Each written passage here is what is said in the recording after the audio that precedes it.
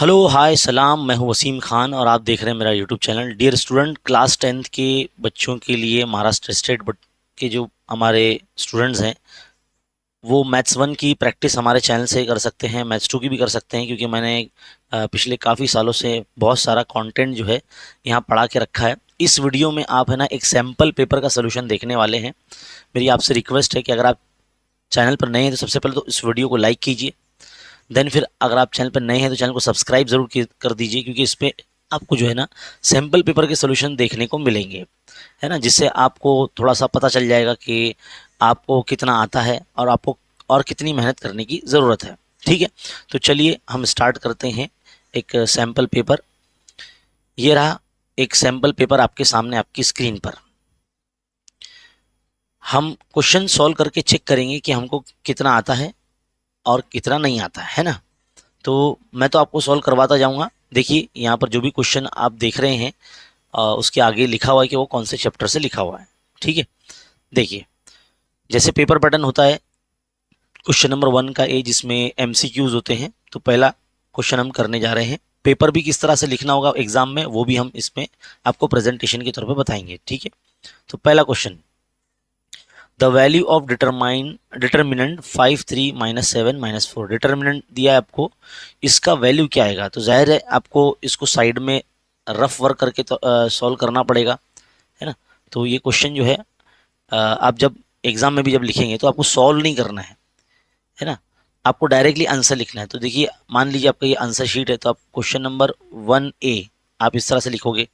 Then फिर आप यहाँ लिखेंगे क्वेश्चन नंबर 1। क्वेश्चन नंबर 1 जो है आपका, उसमें डिटर्मिनेंट दिया है 5 3 -7 -4। इस तरह से आप लिखेंगे नहीं, लेकिन मैं आपको एक रफ वर्क करके दिखा रहा हूँ। ठीक है, तो इसको अब जब हम सॉल्व करते हैं तो 5 को मल्टीप्लाई करते हैं इस 4 से, यानी क्रॉस मल्टीप्लाई करते हैं हम इस तरह से। ठीक है, फिर माइनस हम लगाते हैं डिटर्मिनेंट में। देन फिर 3 को मल्टीप्लाई करते हैं -7 से, इस तरह से, मतलब क्रॉस मल्टीप्लाई करते हैं एक तरह से। तो 5 4 जा -20, फिर ये माइनस, और 3 7 जा 21 होगा, लेकिन माइनस में 21 होगा, क्योंकि 3 और 7 में नेगेटिव इंटीजर -7 है और 3 जो है पॉजिटिव इंटीजर है। दोनों का जब एक पॉजिटिव एक नेगेटिव का मल्टीप्लिकेशन होता है तो माइनस में नंबर मिलता है। अब आप यहाँ देखेंगे -20 माइनस माइनस ये +21 हो जाएगा।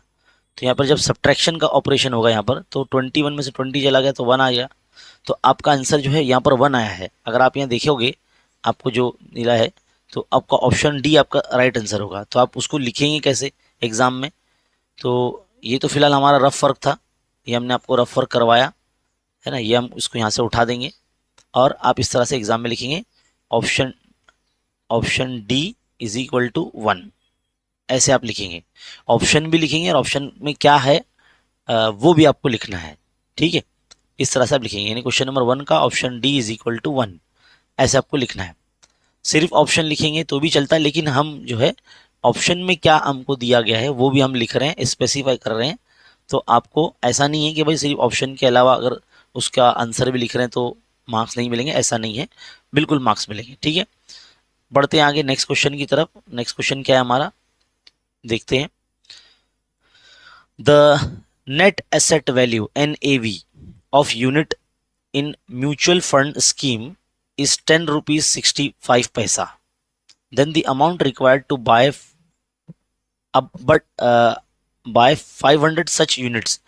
अगर एक यूनिट का जो पैसा है वो 10 रुपीज़ 65 पैसा है, तो ऐसे 500 जो है यूनिट कितने में हमको मिलेंगे। तो जाहिर है आपको 500 को 10 रुपीज़ 65 पैसा से मल्टीप्लाई करना होगा। तो आप इसको मल्टीप्लाई करेंगे, है ना, 5 से इसको मल्टीप्लाई कर दो तो आपका आंसर आ जाएगा। तो आप क्या करेंगे, रफ वर्क आपको एग्जैक्टली करके देखना पड़ेगा।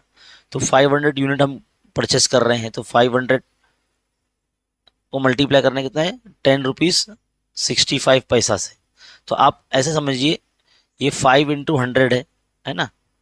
अब जब किसी भी डेसिमल वाले नंबर को जब 100 से मल्टीप्लाई करते हैं तो डेसिमल जो है ना आगे खसक जाता है, यानी 5 इंटू ये हो जाएगा, जब इसको 100 को इससे मल्टीप्लाई करेंगे तो ये हो जाएगा 1065 हो जाएगा ये।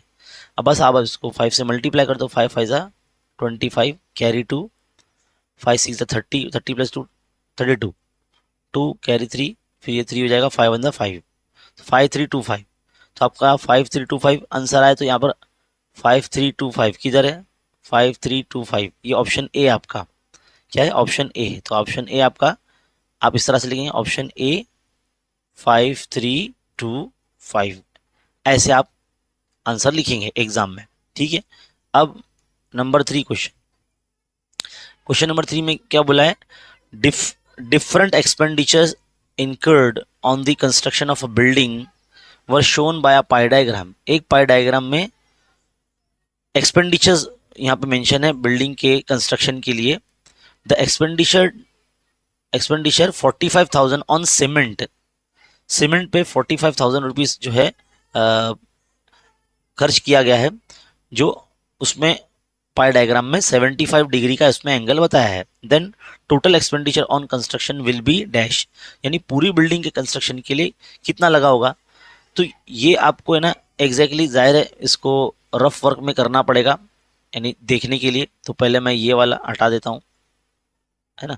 चलिए, तो आपको बोला गया है टोटल एक्सपेंडिचर मालूम करना है। तो सीमेंट का आपको एंगल दिया है, सीमेंट का एंगल है 75 डिग्री, है ना।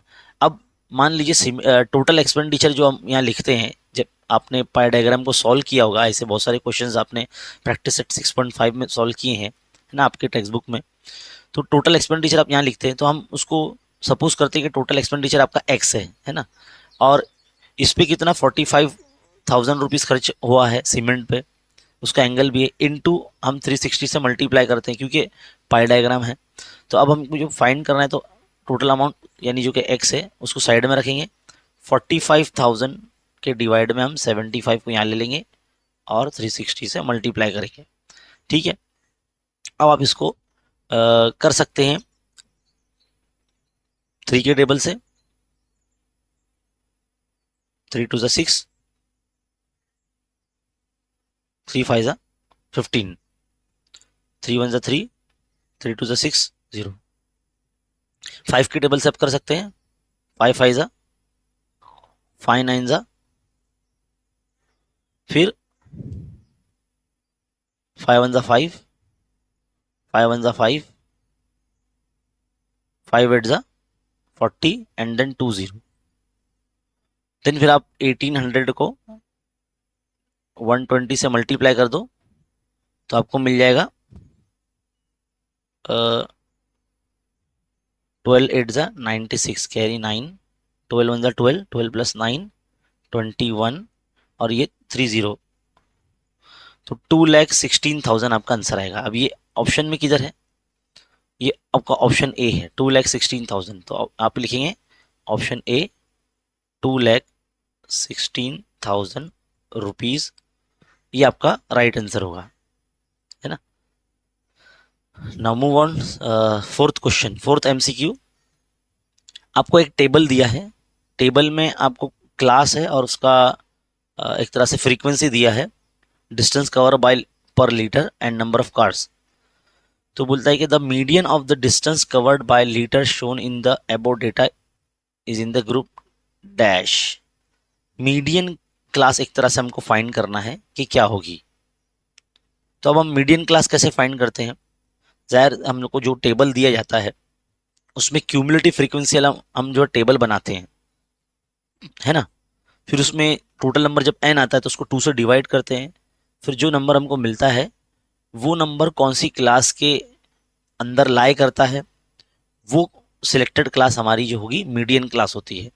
तो हमारा सबसे पहला काम क्या है, इस टेबल को पहले जैसे हम लिख सकते हैं वैसे हम लिखेंगे, जैसे कि वो क्लास था वो कुछ ऐसे, देखो रफ वर्क कर रहे तो 12 टू 14, 14 टू 16, 16 टू 18 और 18 टू 20, यही था ना, देखिए यही था। 11 12 27, 11 12 27। अब यहाँ पर हमारा क्यूमुलेटिव फ्रीक्वेंसी होता है, ये फ्रीक्वेंसी होता है और ये क्लास होता है ना। तो हम क्या करते हैं, 11 को वैसे ही रखते हैं, 11 में 12 को ऐड करते हैं तो कितना आता है, ये आता है 23। फिर 23 को नीचे ऐड करते हैं 20 में, तो ये कितना आता है 43। 43 को 7 में ऐड कर देंगे तो कितना आ जाएगा, 50 आ जाएगा। तो 50 आपका क्या आ जाता है, n आ जाता है। लेकिन हम लोग फॉर्मूले में, जो फॉर्मूला है हमारा मीडियन का, उसमें n/2 है ना। तो 50 डिवाइड बाई 2, तो 50 डिवाइड बाई 2 मीन्स 25। अब 25 कौन से नंबर के क्लास में आता है, तो समझ लीजिए यहाँ पर लाई करता है वो इस क्लास में, है ना। तो हमारा जो मीडियन क्लास हो जाएगा वो ये हो जाएगा 14 to 16, है ना। 14 to 16, तो यहाँ पर ऑप्शन है 14 to 16, ऑप्शन बी है 14 to 16। तो हम यहाँ लिखेंगे ऑप्शन में question number 4, option B 14 to 16। इस तरह से आपका आंसर आपको लिखना पड़ेगा, और ये रफ वर्क एक तरह से हम कर रहे हैं। अगर आप सोच रहे होंगे कि बोर्ड एग्जाम में भी ऐसी फ्रंट पेज पे ही ऐसा साइड में रेफर करना होगा क्या, अगर आप पेंसिल से कर सकते हैं तो करिए। अदरवाइज आपका जो आंसर शीट होता है 20 पेजेस का होता है, उसका जो लास्ट 20th पेज होगा वहाँ पर आप ऊपर लिख देना इस तरह से रफ वर्क, और देन फिर आप इस तरह से कर सकते हो। क्योंकि आपको side by side rough work करके देखना ही पड़ेगा, तभी आपको पता चलेगा कि what will be the answer. ठीक है, यहाँ पर हमारा क्वेश्चन नंबर 1A हो चुका है। Now we are going to solve question number 1B। देखिए क्वेश्चन नंबर 1B में बोला है make the following class to continuous classes. आपको क्लास को कंटिन्यूअस क्लास बनाना है।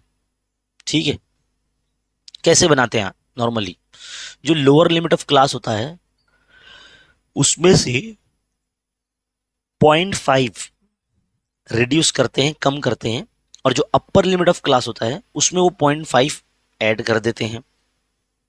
अगर आप यहां देखोगे जो क्वेश्चन में दिया आपको 230 to 239, तो हम इसको लिखेंगे 229.5, यानी 0.5 यानी आधा इसमें से हमने निकाल लिया, और वो आधा यहाँ पे लगा दिया 239.5, है ना। फिर इसी तरह से नीचे भी 240 था ना, तो इसमें भी 0.5 कम कर देंगे, तो यानी 239.5 टू ये जाएगा 249.5। इस तरह से आपका क्लास कंटिन्यूस हो जाएगा। यानी लोअर लिमिट में से आपको 0.5 कम करना है, और अपर लिमिट में आपको 0.5 बढ़ाना होता है, इंक्रीज करना होता है। समझ में आई बात? ठीक है, आगे बढ़ते हैं नेक्स्ट क्वेश्चन में। कभी क्वेश्चन नंबर 1 के बी में ना एक्टिविटी पूछता नहीं है, लेकिन यहाँ पूछ लिया है, तो ऐसा होता नहीं है। फिर भी बढ़ते हैं आगे नेक्स्ट क्वेश्चन की तरफ। अ box contain 5 strawberry chocolates. 5 strawberry chocolates हैं, 6 कॉफी चॉकलेट्स हैं, 2 पेपरमिंट है। Find the probability of the event if one of the chocolate is picked from the box at a random, it is a coffee chocolate. Coffee chocolate का आपको find करना है। तो total कितने chocolates हो रहे हैं, तो देखो ये सॉल्व करने वाला क्वेश्चन है, यानी क्वेश्चन नंबर 1B है। तो हम इस तरह से क्वेश्चन नंबर ऐसे लिखेंगे एग्जाम में 1B, और कोशिश कीजिए कि न्यू क्वेश्चन न्यू पेज से आपको स्टार्ट होना है। यानी क्वेश्चन नंबर 1 का ए इस तरह से हो गया, उसको आप पेज टर्न करेंगे पीछे, उसको क्वेश्चन नंबर 1B इस तरह से हेडिंग देंगे, देन फिर आप क्वेश्चन नंबर 1, 2, 3 सॉल्व करेंगे। ठीक है, तो 1 क्वेश्चन एट 1 पेज, ये आप ध्यान में रखेंगे। ठीक है, तो आप यहाँ देखेंगे क्वेश्चन नंबर 2 हम सॉल्व कर रहे हैं इसका। तो let S be the sample space, आप पहले लिखेंगे let S be the sample space, आपको ऐसे लिखना पड़ेगा। तो आप एन ऑफ एस क्या बताएंगे, टोटल नंबर ऑफ चॉकलेट्स कितने हैं आप देख सकते हैं 5, 6 एंड 2, यानी 13 चॉकलेट टोटल। टोटल कितना है 13 चॉकलेट, देयर आर 13 चॉकलेट, यानी एन ऑफ एस आपका 13 हो जाएगा। फिर इन्होंने बोला कि इवेंट ऐसा इवेंट है, it is the coffee chocolate, हम लिखेंगे it is a coffee chocolate. ठीक है, तो कॉफी चॉकलेट यानी एन ऑफ ए जो होगा आपका वो कितना था क्वेश्चन में, अगर हम देखेंगे 6 कॉफी चॉकलेट थे हमारे, तो यहाँ पे हम N of A is equal to 6 लिखेंगे, तो इसका प्रोबेबिलिटी क्या हो जाएगा, P of A is equal to N of A divide by N of S, यानी 6/13। अगर ये नंबर डिवाइड होता है तो करिए, नहीं होता है तो इसको छोड़ दीजिए, यहीं पे आपको मार्क्स मिल जाएंगे। 1 मार्क्स का क्वेश्चन होता है बेटा ये। बढ़ते हैं आगे नेक्स्ट क्वेश्चन की तरफ, question number 3। In the following equations are linear equation in 2 variable. ये जो आपको ए और बी जो 2 ऑप्शन दिए हैं, ये लीनियर इक्वेशन 2 वेरिएबल है। क्या ये is the following equation are linear equation two variable पूछा है आपसे। देखो ये तो लीनियर है ऑप्शन बी वाला, लेकिन ऑप्शन वन जो है ये लीनियर नहीं है ना, क्योंकि इसका जो वेरिएबल है एक्स और वाई इसमें यूज किया हुआ है, इसका डिग्री वन होना चाहिए और पॉजिटिव वन होना चाहिए। लेकिन जब हम अगर आप देखेंगे, मैं जैसे ऑप्शन हमको दिया है, जैसे 4/x plus 5/y is equal to 4 ऐसे था ना।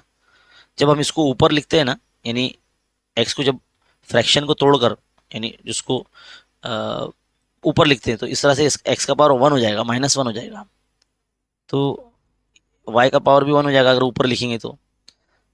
यानी 4/x है, यानी x का पावर मतलब वन है, कुछ नहीं है मतलब वन है। लेकिन जब उसको लीनियर में कन्वर्ट करते हैं, तो जब x को ऊपर लिखते हैं, यानी फ्रैक्शन जब खत्म हो जाता है, तो इसका पावर माइनस हो जाता है। तो यहाँ पर ये लीनियर इक्वेशन टू वेरिएबल नहीं होगा, because we have learned in our chapter 1 the degree of variable will be positive degree। तो ये पॉजिटिव डिग्री नहीं है, therefore we can say that this is not a linear equation in two variable। ठीक है।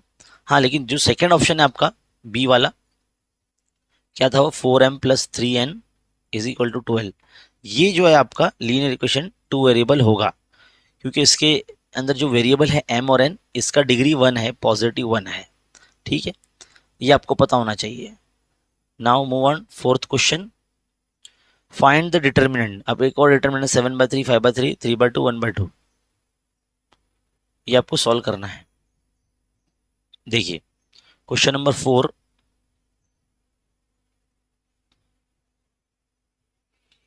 क्या है determinant, 7/3, 5/3, 3/2 and 1/2, इसको solve करना है आपको। तो क्रॉस मल्टीप्लाई करेंगे इन दोनों का, तो 7/3 इंटू 1/2 माइनस 5/3 इंटू 3/2, 3 यहाँ से कैंसिल कर दो, यहाँ से क्या हो जाएगा, 7 1 7, 3 2 6, माइनस, या फिर इसको कैंसिल मत करो। देखो यहाँ पर डिटर्मिन हमारे जो क्या कहते हैं, डिनोमिनेटर सेम हो जाएंगे यहाँ पर। ठीक है, तो ये हो जाएगा 5 3 15 डिवाइड बाय 3 2 6, तो 7 माइनस 15 अपॉन 6, तो ये हो जाएगा -8/6। और इसको और हम सिंप्लीफाई करते हैं 2 के टेबल से, 2 4 2 3, तो -4/3 आपका आंसर इस तरह से आ सकता है। ठीक है, तो यहाँ पर क्वेश्चन नंबर 1 जो है ना हमारा सोल्यूशन कंप्लीट हो गया है। अब बढ़ते हैं आगे हमारे क्वेश्चन नंबर 2A की तरफ। क्वेश्चन नंबर 2A जो होता है ये एक्टिविटी टाइप होता है। जितने भी आपके टेक्स्ट बुक में 4 बॉक्सेस फिल करने वाले जो क्वेश्चंस होंगे, वो आपके क्वेश्चन नंबर 2 के ए में पूछे जाएंगे। ठीक है, ये आपको ध्यान में रखना है। और आई होप आप जो है वीडियो के सोल्यूशन के साथ साथ जो है ना आप खुद भी सॉल्व कर रहे होंगे, आपका रिवीजन अच्छा हो रहा होगा। चलिए देखिए क्वेश्चन, बहुत ही इंपॉर्टेंट क्वेश्चन है ये। आपको एक इक्वेशन दिया है, क्वाड्रेटिक इक्वेशन दिया है, determine the nature of the root of quadratic equation. देखो आपने प्रैक्टिस सेट 2.5 में अपने टेक्स्ट बुक में ऐसे क्वेश्चन सॉल्व किए होंगे आपने, जिसमें आपको नेचर पता करना होगा या वैल्यू ऑफ द रूट पता करना होगा, है ना। प्रैक्टिस सेट 2.5 से पहले जो टेबल है ना वो बहुत इंपॉर्टेंट है, उसको आप याद रखिए, वहां से बहुत सारे क्वेश्चन बनते ही बनते एग्जाम में। तो देखो यहाँ पर लिखना कहाँ से है, बहुत से स्टूडेंट सोचते हैं कि सर लिखना कहाँ से रहेगा, तो भाई जहाँ से एक्टिविटी स्टार्ट हो रही है, देखो ये एक्टिविटी यहाँ से स्टार्ट हो रही है, यहाँ लिखा नहीं है फिलहाल, तो एक्टिविटी लिखा रहता है एग्जाम में, तो जहाँ से एक्टिविटी लिखा रहेगा वहीं से आपको सोल्यूशन पूरा लिखना होगा, कॉपी करना होगा। ठीक है, तो कंपेयर किया गया, यहाँ पर ABC की वैल्यू लिखी गई है, तो B² - 4AC का वैल्यू निकाला हुआ है। तो B² - 4AC अगर हम यहाँ पे निकालेंगे, B² - 4AC यानी 2 का स्क्वायर -4 इंटू 1 इंटू C यानी -9, तो 2 का square 4 minus minus plus 4 9 36, 36 plus 4 यानी 40, तो यानी डेल्टा का वैल्यू यानी B² - 4AC का वैल्यू दोनों का सेम होता है, 40 हो जाएगा। तो ये क्या है, 0 से बड़ा है, 40 क्या है, 0 से बड़ा है ना। Therefore the roots are real but not equal या अनइक्वल, है ना। यहाँ पे लिखेंगे आप real but not equal, unequal या not equal,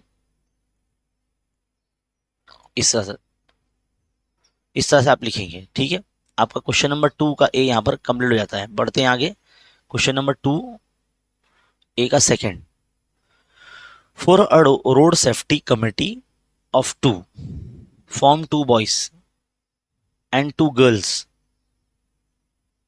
complete according to the instruction given. जैसी इंस्ट्रक्शन आपको दिया है वैसे आपको करना है। दो बॉयज है, दो गर्ल्स है, दो की कमेटी यानी दो दो का ग्रुप आपको बनाना होगा। अब वो दो दो ग्रुप हो सकता है, वो दोनों बॉयज का हो, दोनों गर्ल्स का हो, या एक बॉयज या एक गर्ल का हो। ठीक है, तो आपको ये बनाना आना चाहिए। तो committee of one boy and one girl, तो वन बॉय वन गर्ल का कैसे बनेगा, आपको पहले लिख लेना होगा सारे पेयर्स, देन फिर आप बॉक्स बनाएंगे बेटा। हाँ, पेन से या पेंसिल से चलेगा, पेंसिल से बनाएंगे तो मार्क्स नहीं कटेंगे, पेन से बनाएंगे तो भी चलेगा, लेकिन आप पहले बॉक्स नहीं बनाना, पहले आप स्टेप लिख लेना, देन फिर आप बॉक्स बनाना। ठीक है, तो अब यहाँ पर कमेटी हम बना रहे हैं एक बॉय और एक गर्ल का, तो B1 G1 हो जाएगा ना, B1 G2 हो जाएगा, देन फिर बॉय सेकेंड बॉय आएगा B2 G1 and B2 G2। इस तरह से आपका पहला बॉक्स फिल हो जाएगा।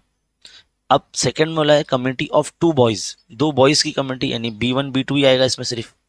ठीक है, कम्युनिटी ऑफ टू गर्ल्स यानी G1 G2 ही आएगा इसमें तो सिर्फ। अब सैंपल स्पेस टोटल क्या है, इनको सबको साथ में लिख देना है, ये सारे जो A B C जो है ना सबको एक साथ में लिख देना है सैंपल स्पेस में, इस तरह से करली ब्रैकेट में आपको लिखना है। तो B1 B2 G1 G2, then फिर आप ये पूरा ऊपर वाला लिख देंगे B1 G1 B1 G2 B2 G2, then B2 ji B2 G1 and B2 G2, इस तरह से आप कंप्लीट कर देंगे। बस इतना ही आपको करना है। इसी तरह का जो क्वेश्चन है एग्जाम में बनते भी हैं। ठीक है, क्वेश्चन नंबर 2 यहाँ फिनिश हो जाता है। बढ़ते हैं आगे नेक्स्ट क्वेश्चन की तरफ। Question number 3, Suresh invested 1200 rupees and purchased shares. Suresh है जिसने 1200 रुपए शेयर मार्केट में इन्वेस्ट किया है, और उसका जो फेस वैल्यू है 10 रुपीज है, प्रीमियम अमाउंट है 15, तो मार्केट वैल्यू कितना हो जाएगा, फेस वैल्यू में हमको जो है यानी 10 रुपीज में हमको 5 रुपीज इन्वेस्ट करना है, तो आपका मार्केट वैल्यू हो जाएगा 15 रुपीज, है ना। ये तो बेसिक सी चीज़ है, हमने आपको पढ़ा है। अगर आप हमारे रेगुलर स्टूडेंट हैं, हमारे चैनल से पढ़ते हैं, फाइनेंशियल प्लानिंग के वीडियोस आपने देखे हैं, तो आपको तो पता ही होगा। ठीक है, तो नंबर ऑफ शेयर्स पता करने के लिए इन्वेस्टमेंट को मार्केट वैल्यू से अगर आप डिवाइड करते हो, है ना, तो आपको नंबर ऑफ शेयर्स पता चल जाएगी। अब टोटल इन्वेस्टमेंट है 1200 रुपीज और मार्केट वैल्यू है 15। अगर आप इसको डिवाइड करते हो 3 के टेबल से करते हैं, चलिए 3 4 ज़ा 12 एंड 3 5 ज़ा 15, 4 1 ज़ा 5 1 ज़ा 5, 5 8 ज़ा 40। तो इस तरह से 80 शेयर्स, कितना आएगा 80 शेयर्स, यहाँ पे हम लिखेंगे 80 shares Suresh purchased, Suresh purchased 80 shares. हो गया आपका क्वेश्चन। एक्टिविटी टाइप था इसीलिए क्वेश्चन पेपर में हमने सॉल्व कर दिया, अदरवाइज हम इसको पेज पे करते। अब यहां से बिना एक्टिविटी वाले क्वेश्चन 2 मार्क्स वाले स्टार्ट होते हैं। Solve any 4 of the following. वैसे तो हम पेपर सॉल्व करें तो सारे क्वेश्चंस करने वाले हैं, 5 आते हैं क्वेश्चन यहाँ पे, क्वेश्चन नंबर 2 के बी में यहाँ पे क्वेश्चन 4 ही करने होते हैं, है ना। जो भी आप एक्स्ट्रा क्वेश्चन करते हैं ना उसको सर्कल कर दिया जाता है, उसको काउंट नहीं किया जाता। लेकिन अगर इन केस कोई क्वेश्चन आपने रॉन्ग कर दिया इसी क्वेश्चन में, है ना, जैसे क्वेश्चन नंबर 2 के बी में आपने कोई एक रॉन्ग कर दिया, आपने ये सारे हैं लेकिन कोई एक रॉन्ग हो गया है, तो वो जो रॉन्ग की जगह पे जो एक्स्ट्रा वाला है काउंट कर लिया जाता है। ठीक है, तो ये एक बेनिफिट होता है एक्स्ट्रा क्वेश्चन करने का। तो आपको इतनी स्पीड से क्वेश्चन सॉल्व करने होंगे कि आप एक्स्ट्रा क्वेश्चन भी कर सको। ठीक है, आगे देखिए, a certain amount is equally distributed among certain number of students. Students के अंदर है ना कुछ सर्टन अमाउंट है ना डिस्ट्रीब्यूट किया गया है पैसों का, है ना, number of student, each would get 2 rupees less. हर एक को 2 रुपया कम मिलता है। इफ 10 स्टूडेंट वर मोर, अगर 10 स्टूडेंट बढ़ जाते हैं, जब पता चलेगा क्लासरूम में कहीं पैसा मिल रहा है, जब पता चलेगा स्कूल में कि हमारे सर जो है अमाउंट डिस्ट्रीब्यूट कर रहे हैं, तो सब आ जाएंगे। तो अगर 10 स्टूडेंट समझ लो आ जाते हैं तो 2 रुपया सबको कम मिलेगा, है ना। And each would gate 6 more if 15 students were less, अगर 15 स्टूडेंट कम हो जाते हैं तो 6 रुपया ज़्यादा मिलेगा, ऐसा बोला है। Find the number of student and the amount distribute. अभी देखो दो लोगों चीज़ में, दो क्वांटिटी में बात हो रही है, मतलब ये लीनियर इक्वेशन इन टू वेरिएबल का क्वेश्चन है। जब भी कभी हमको क्वेश्चन में ऐसी इंफॉर्मेशन दी है जिसमें दो क्वांटिटी के बीच में बात हो रही है, मतलब समझ जाइए आप, वो लीनियर इक्वेशन टू वेरिएबल यानी चैप्टर 1 से हमारा क्वेश्चन है ना। तो अभी हम ये क्वेश्चन को सॉल्व करते हैं, ठीक है।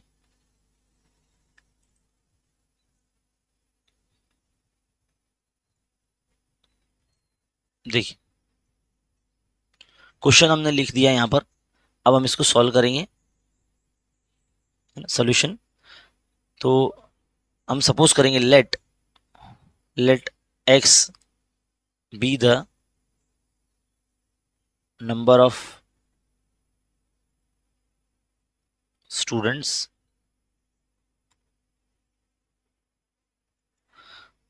X be the number of student and Y be the amount, है ना, Y be the amount which is given to each student, है ना।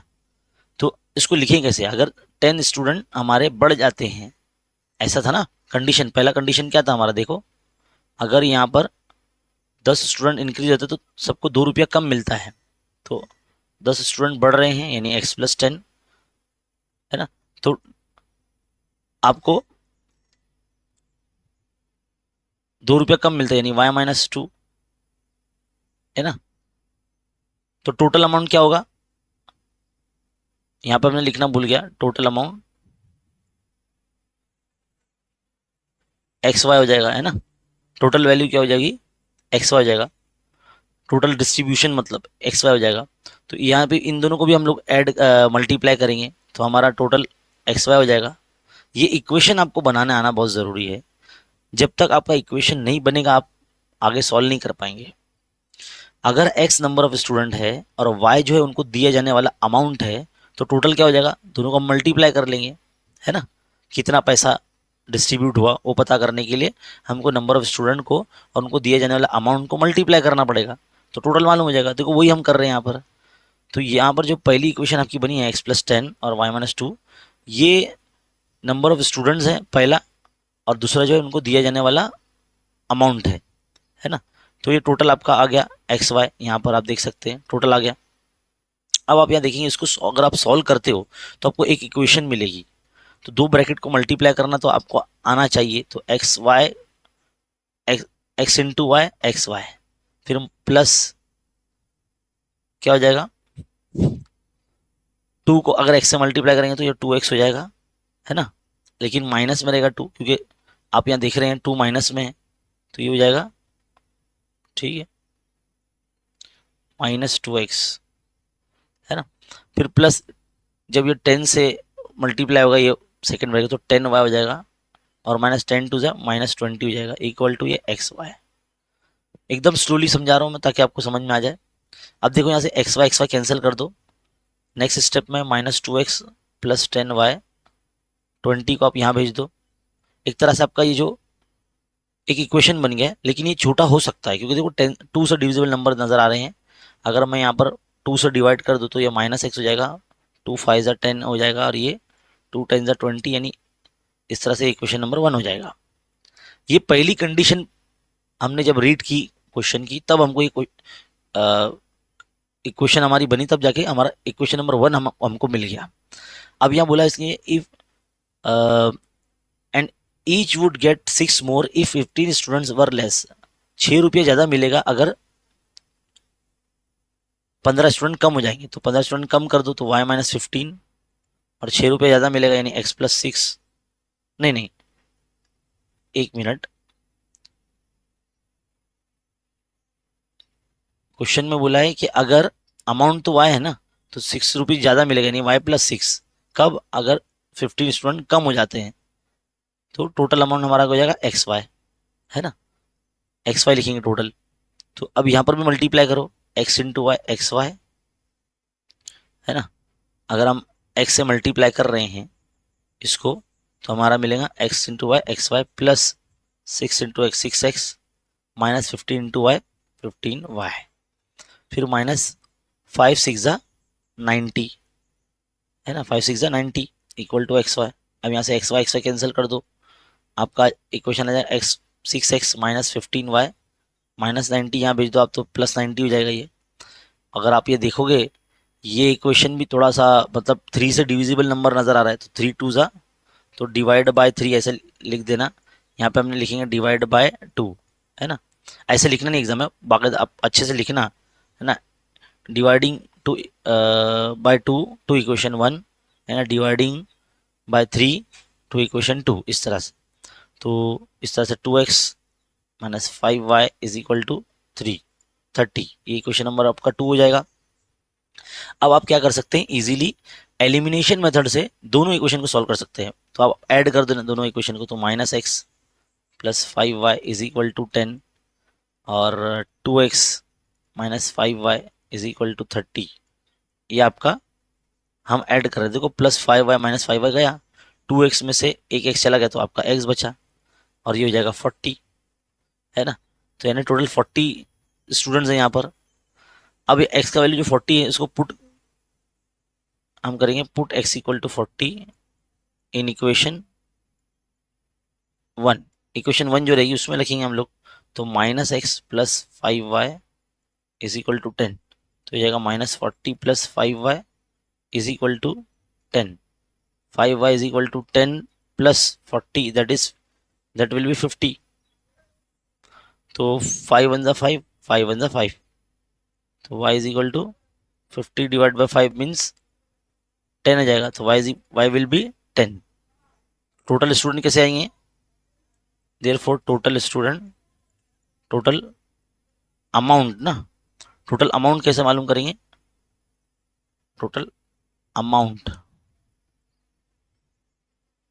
हमारा XY था ना, टोटल अमाउंट यानी number of student into the amount given. तो x आपका आया 40 और y आपका है 10, तो आपको आएगा 400 रुपीज़। आपका जो है ना, ये अमाउंट, इतना अमाउंट डिस्ट्रीब्यूट हुआ है इन 40 स्टूडेंट्स। समझ में आई बात? तो यहाँ पर क्वेश्चन नंबर 2 का बी का फर्स्ट यहाँ पे कंप्लीट होता है। एक्चुअली ये जो क्वेश्चन है ना, जो आप इस वक्त देख रहे हैं, ये क्वेश्चन नंबर 4 में आना चाहिए था। क्वेश्चन नंबर 2 में 2 मार्क्स के लिए इतना बड़ा पूछ लिया है, ठीक है। अभी एक जनरल पेपर है, मिल गया था, तो हमने सोचा चलो सॉल्व करवाते हैं इसको, है ना। देखिए second question, if the sum of third and eighth term of an AP. तो पहले क्वेश्चन ले लेते हैं हम लोग, थर्ड चैप्टर से हमारा क्वेश्चन है।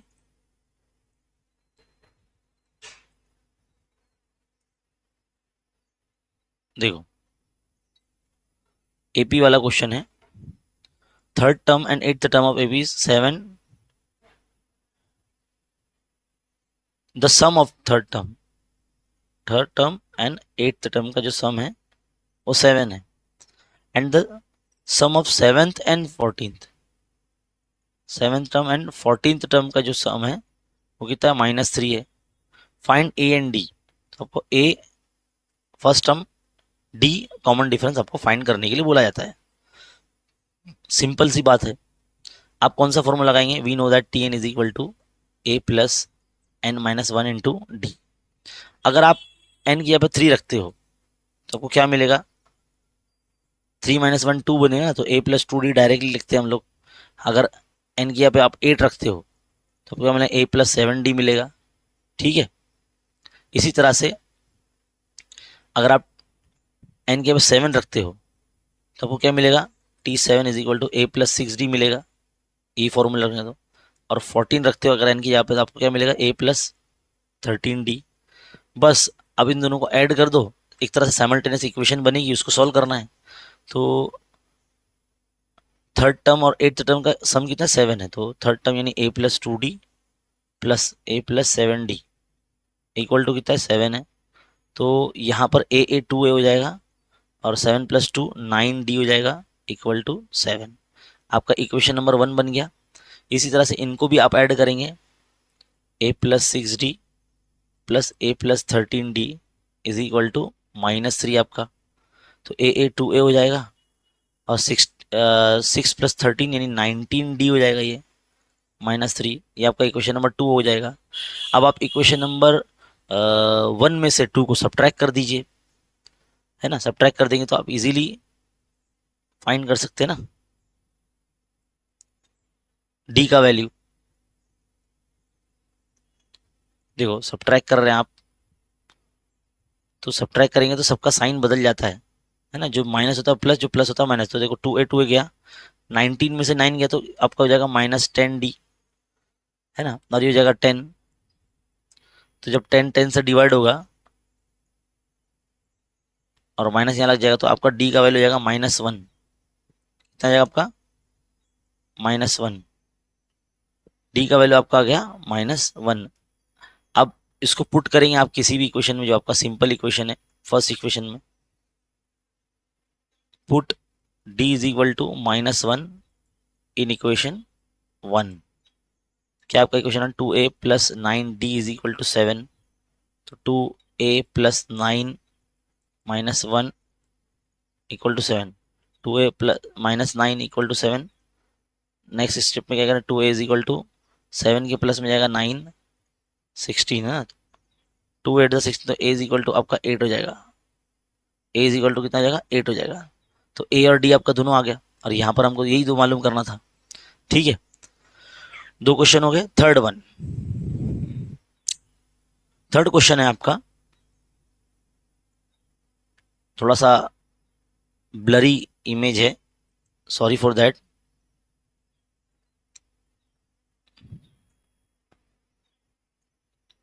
क्वेश्चन देखिए, Aamir enterprises purchase chocolate sauce bottles. अरे ये तो हमारा टेक्सचुअल क्वेश्चन है।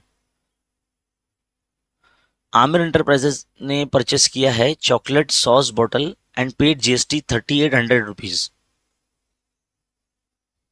ही sold those bottles to Akbari brothers and collected GST 4100 rupees. Mayank Food Corner purchased those bottles from Akbari Brothers and paid GST 4500 rupees. Find the amount GST payable at every stage of trading and hence find payable CGST and SGST. सबसे पहले तो GST in trading chain पहले हम बनाएंगे, है ना। GST in trading chain,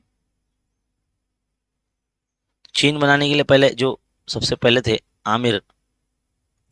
Aamir enterprises, है ना। फिर यहां से बॉटल्स गई है वो अकबरी ब्रदर्स को ब्रोस लिख देता हूं। उसके बाद में आएगा Mayank food corner, Mayank food corner, है ना, इस तरह से। अब इन्होंने जब बॉटल परचेस की थी, किसने, आमिर एंटरप्राइजेस ने, तो कितना पैसा दिया था 3800 रुपीज।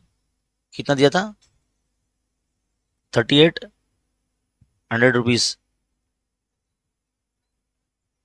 ठीक है, तो ये इनका आईटीसी है, क्योंकि जब कोई अमाउंट हम परचेस करते हैं और जब हम जो टैक्स देते हैं वो हमारा आईटीसी होता है, input tax credit.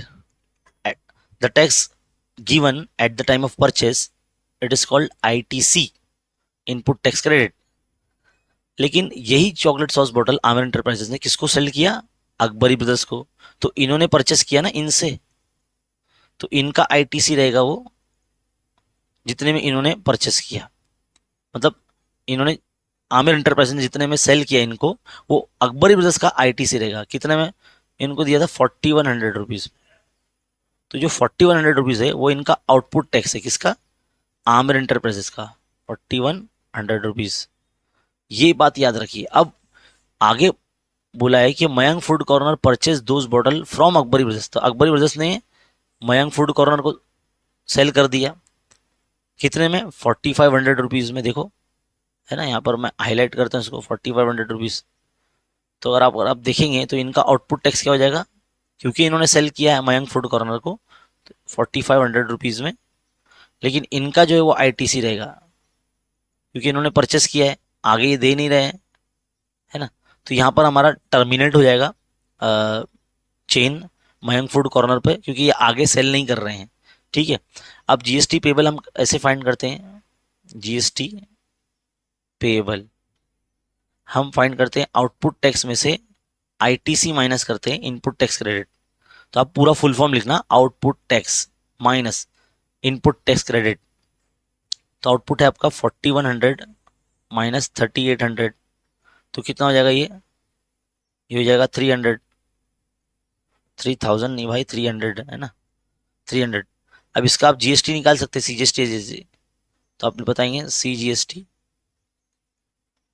SGST both are half of GST. तो कितना है जीएसटी? 300 आया ना, 300 का हाफ कितना आएगा? 150।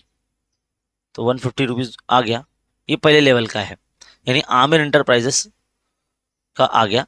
अब अकबरी ब्रदर्स के लिए जीएसटी पेबल मालूम करेंगे, GST payable full Akbari brothers. तो output tax minus input tax, यानी 4500 माइनस 4100, तो कितना हो जाएगा ये हो जाएगा 400। इसका अब आपको हाफ करना है, तो आप करेंगे CGST and SGST, this is GST by 2, यानी हाफ ऑफ जीएसटी, यानी 400 divide by 2, that is 200 rupees. इस तरह से आपको लिखना रहेगा। हो सकता है ये टेबुलर फॉर्म में आपको पूछ लिया जाए एग्जाम में, इंपॉर्टेंट क्वेश्चन है, तो इसको आप सॉल्व करेंगे। ठीक है, चलिए बढ़ते हैं आगे। क्वेश्चन नंबर 4, क्वेश्चन नंबर 4 में क्या बोला है,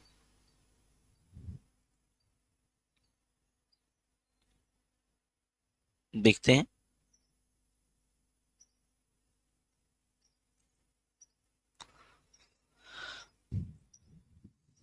The length and the breadth of the rectangular garden is 77 and 50 meters respectively. There is a circular lake in the garden. अरे तो टेक्सचुअल क्वेश्चन ही है। Circular lake in the garden having diameter 14 metre.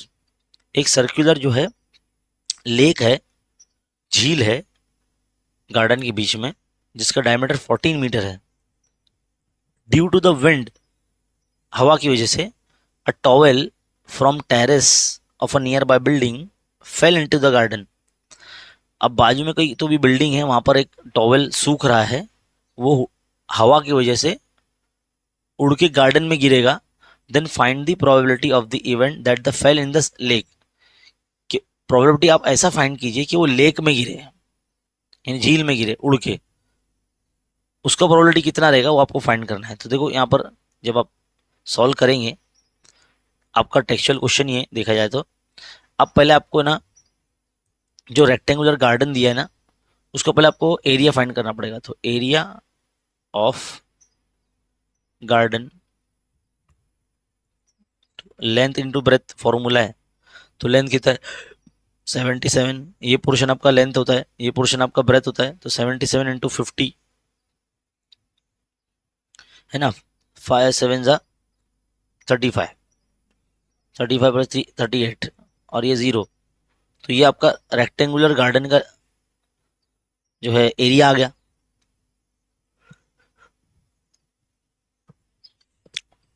अब देखिए, ये जो area of rectangular garden है, यही आपका एक तरह से एन ऑफ एस होगा। क्यों एन ऑफ एस होगा? क्योंकि उसमें लेक भी उसी में, गार्डन में, तो यानी एक तरह से यूनिवर्सल सेट होगा एक तरह से, है ना। तो एन ऑफ एस आपका 3850 हो जाएगा। अब आपका जो डायमीटर दिया है 14 मीटर सर्कल का, तो सर्कल का हम आपको यहाँ पर एरिया फाइंड करना पड़ेगा, तो उसके लिए रेडियस चाहिए। तो रेडियस कैसे मालूंगा, डायमीटर का आधा कर दो, तो 14 का आधा यानी कितना होगा, 7 मीटर हो जाएगा। तो बस एरिया ऑफ सर्कल निकालो, एरिया ऑफ सर्कल। हम क्यों फाइंड कर रहे हैं ये सब एरिया सबका, ताकि हम इसको डिवाइड कर सके, क्योंकि इवेंट को डिवाइड करना होता है ना प्रोबेबिलिटी फाइंड करने के लिए। तो पाई आर स्क्वायर इसका फॉर्मूला था सर्कल का। तो 22/7 ये पाई का वैल्यू, और आपका आर है 7, तो 7 का स्क्वायर मतलब 7 × 7, 7 कैंसिल, तो 22 × 7 मीन्स 154 मीटर स्क्वायर। इस तरह से आपका एरिया आ जाएगा सर्कल का। और ये समझ लीजिए आपका एन ऑफ ए है। क्या है, एन ऑफ ए है, क्योंकि क्वेश्चन में उसने बोला है कि जो टॉवेल है वो विंड से उड़ के लेक में ही गिरे, तो लेक का हमने एरिया फाइंड कर दिया कि इतना एरिया होता है। तो प्रोबेबिलिटी ऑफ ए हम फाइंड कर रहे हैं, है ना। तो N of A divide by N of S, इस तरह से। तो एन ऑफ ए आपका 154 और एन ऑफ एस आपका 3850, समझे। अगर आप इसको सॉल्व करते हैं 11 से, है ना, 2 से भी कर सकते हैं। 2 7 जा 2 7 जा 2 1 जा 2 2 9 जा 2 2 जा 4 2 5 जा 10। 11 से करेंगे तो 11 7 जा 77, 11 1 जा 11, आपका बचता है फिर 8।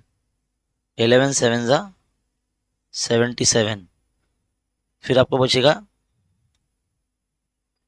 5, 11 5 जा, है ना। तो इस तरह से 7 1 जा 7, 7 1 जा 7,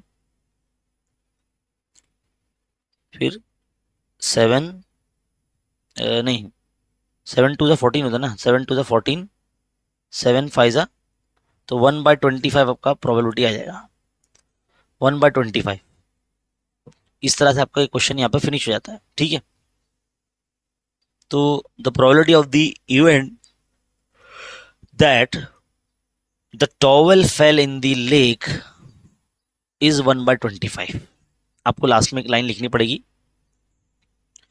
now next, the age group and the number of person who donated blood in blood donation camp is given below, draw a pi diagram. 2 marks के क्वेश्चन में आपको इतना कुछ दिया इन्होंने, बहुत लेंदी पेपर मुझे ऐसा लग रहा है ये। वैसे तो एग्जाम में ऐसा होता नहीं है, बोर्ड एग्जाम में कभी कभार ऐसा होता है, मतलब 2-3% ही चांस होते हैं। लेंदी पेपर नहीं आता, सिंपल और इजी आता है। बस सिर्फ जो आपका 20% जो क्वेश्चन होते हैं ना, थोड़े से स्किल बेस्ड होते हैं, बाकी सब 80% तो आपका पेपर इजी और मॉडरेट ही होता है, ठीक है। चले देखिए, पाई डायग्राम बनाना है तो जाहिर सी बात है हमको सेंट्रल एंगल चाहिए होंगे, सॉरी। तो यहाँ पर हम सेंट्रल एंगल के लिए सबसे पहले इसका टोटल निकाल लेंगे। तो आपका जो यहाँ पर एज ग्रुप है, यहाँ दिया है कि the age of number of person who donated blood. तो यहाँ पर पहले हम क्या करेंगे, पहले इनका एज ग्रुप, देन फिर इनका नंबर ऑफ पर्सन यानी हमारा फ्रीक्वेंसी,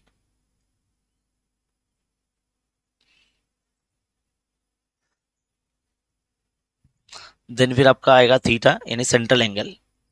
तो ये 20 से 25 कितना है इसका, 80 है। फिर 25 से 30 इनका कितना है, 60% है। फिर 30 से 35 कितना होगा, 35 होगा। और 35 से 40 आपका 25 होगा। टोटल इसका अगर आप करते हो तो ये आता है 5 5 10 5 11 8 19 20, तो 200 आता है ये। अब यहाँ जितने भी नंबर्स है यहाँ पर आप देखते हो, है ना, 1 मिनट, है ना, इन सबको आपको है ना टोटल से डिवाइड करना है। तो 80 डिवाइड बाय टोटल यानी 200 इंटू 360, ठीक है। तो आप इसको अच्छे से लिखिए, ऐसे नहीं लिखना, है ना। ऐसे लिखना है आपको, थोड़ा सा दो दो लाइन का गैप छोड़ देना आप। तो 80 डिवाइड बाय 200 इंटू 360, क्योंकि पाई डायग्राम हमको बनाना है। तो एक जीरो यहाँ से कैंसिल, एक जीरो यहाँ से कैंसिल, एक जीरो यहाँ से, एक जीरो यहाँ से, टू वन ज़ा टू, टू वन ज़ा टू, टू एट ज़ा 16। यानी जब आप इस नंबर को, क्योंकि टोटल हमारा 200 है और मल्टीप्लाई हमको 360 से करना है, तो अब जब इसको सॉल्व करेंगे तो आपको जो है ना ये 18 मिलने वाला है इधर पे, ठीक है। तो 18 एट ज़ा आपका आ जाएगा 144। तो पहला आपका सेंट्रल एंगल 144 डिग्री आ गया। इसी तरह से second one, 60 divide by 200 into 360। तो एक जीरो यहाँ से कैंसिल, एक जीरो यहाँ से, एक जीरो यहाँ से कैंसिल, एक जीरो यहाँ से, टू वन ज़ा टू, ये 18 हो गया, 18 सिक्स ज़ा 108 डिग्री। अब नेक्स्ट वन 35 डिवाइड बाय 200। याद रखिए आपको एग्जाम में ऐसे नहीं लिखना, एकदम दो दो लाइन का गैप छोड़ना है हर क्लास के बीच में, थोड़ा सा गैप गैप से लिखेंगे आप, ताकि कैलकुलेशन जो रहता है ना वो अच्छे से नजर आए। देखिए एक जीरो यहाँ से कैंसिल, एक जीरो यहाँ से कैंसिल, 5 के टेबल से करते, 5 फोर ज़ा 5 सेवन ज़ा 4 वन ज़ा 4 नाइन ज़ा, तो 7 नाइन ज़ा 63 हो जाएगा, 63 degree. Now 25 divide by 200 into 360। ये भी जीरो जीरो कैंसिल, 5 के टेबल से 5 फोर ज़ा 5 फाइव ज़ा 4 वन ज़ा 4 नाइन ज़ा 36, तो 5 नाइन ज़ा 45, तो 45 डिग्री आपका ये आ जाएगा। तो आप बस 5 डिग्री का सॉरी 5 सेंटीमीटर का पहले आप सर्कल बनाएंगे और उसमें फिर आप जो है इसको लेंगे। तो अगर मैं आपके सामने यहाँ पर देखिए, मान लीजिए मैंने एक सर्कल बनाया, ये आपका सॉरी समझ लीजिए आपका 5 सेंटीमीटर का सर्कल है। आप पहले रेडियस बना लेंगे इसका, ये आपका सेंटर ओ है ना, यहाँ से यहाँ पर एक ओ ए बना लिया आपने। अब यहाँ पर आप राउंड प्रोटेक्टर आपका जो डी है वो रखेंगे, और पहला एंगल आपका 144 है, मान लीजिए 144 यहाँ तक आता है, तो मैं इस अर पे आपका 144 ये ले लूँगा, ये 144 यहाँ तक ले लेंगे ना, समझ लीजिए यहाँ तक आता है, ठीक है। अब इसका आप नाम दे देंगे, ये पॉइंट बी रहेगा आपका। तो अब ओ बी के ऊपर आप आपका प्रोटेक्टर रखेंगे, और फिर नेक्स्ट आपका है 108, 108 समझ लो इधर तक आता है ऐसे, तो आपका हो जाएगा ये 144 डिग्री, क्या था आपका 20 से 25 ईयर वाले, और ये हो जाएगा 108 डिग्री, इसमें थे 25 से 30 ईयर वाले। अब लास्ट में बचता है आपका 45 और 63, 63 बचता है ना, तो पहले हम 63 वाला ले लेंगे। तो मान लीजिए 63 आपका एंगल आप ओसी पे रखेंगे, यहाँ पर ओसी पे, यहाँ पर कहाँ रखेंगे, यहाँ ओसी पे रखेंगे राउंडर और प्रोडक्टर, और यहाँ पे से आप काउंट करेंगे तो 63 समझ लीजिए आपको यहाँ तक मिल जाएगा, इतना मिल जाएगा, है ना। तो ये आपका हो जाएगा 63। तो ये कौन सी क्लास वाले, 35 से लेके 40 ईयर्स वाले लोग हैं। और बाकी का जो ये बचेगा तो इसको तो फाइंड करने की ज़रूरत नहीं है, 45 ऑलरेडी रहेगा, और ये रहेगा 30 से लेके 35 वाले। नहीं, ये तो उल्टा हो गया ना, 30 से 35 से 40 ईयर वाले ये लोग हैं, और ये था 30 से 40 ईयर वाले, मतलब 35 ईयर्स वाले, इस तरह से। तो ऐसे आपका पाई डायग्राम यहाँ पे कंप्लीट होगा, ठीक है। और ये बहुत इजी होता है, हर कोई इजीली बना सकता है। क्वेश्चन नंबर 2 में पहली मरतबा मैंने देखा है एक सैम्पल पेपर जिसमें इतने लेंदी क्वेश्चन पूछे हैं। Now move on question number 3। यहाँ हर क्वेश्चन जो है 3 मार्क्स का होगा। हर क्वेश्चन क्या है, इसमें तो 2 क्वेश्चन ही आते हैं, एक ही करना होता है 3 मार्क्स के लिए। देखिए पहला क्वेश्चन क्या है,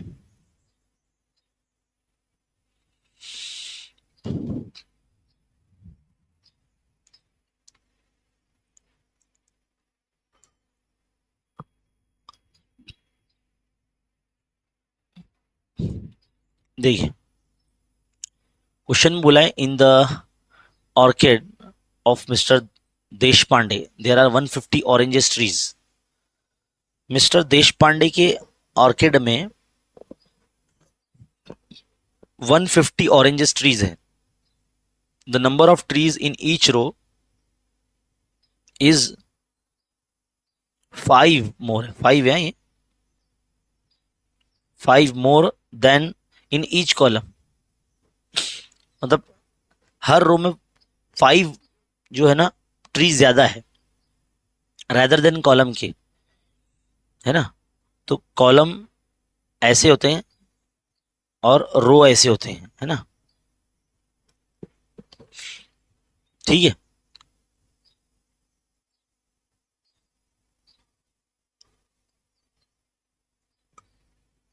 अब यह देखेंगे, find the number of trees in each row and column with the help of the following flow chart.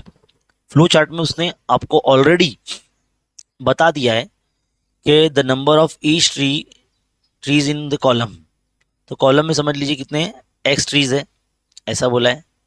और and the number of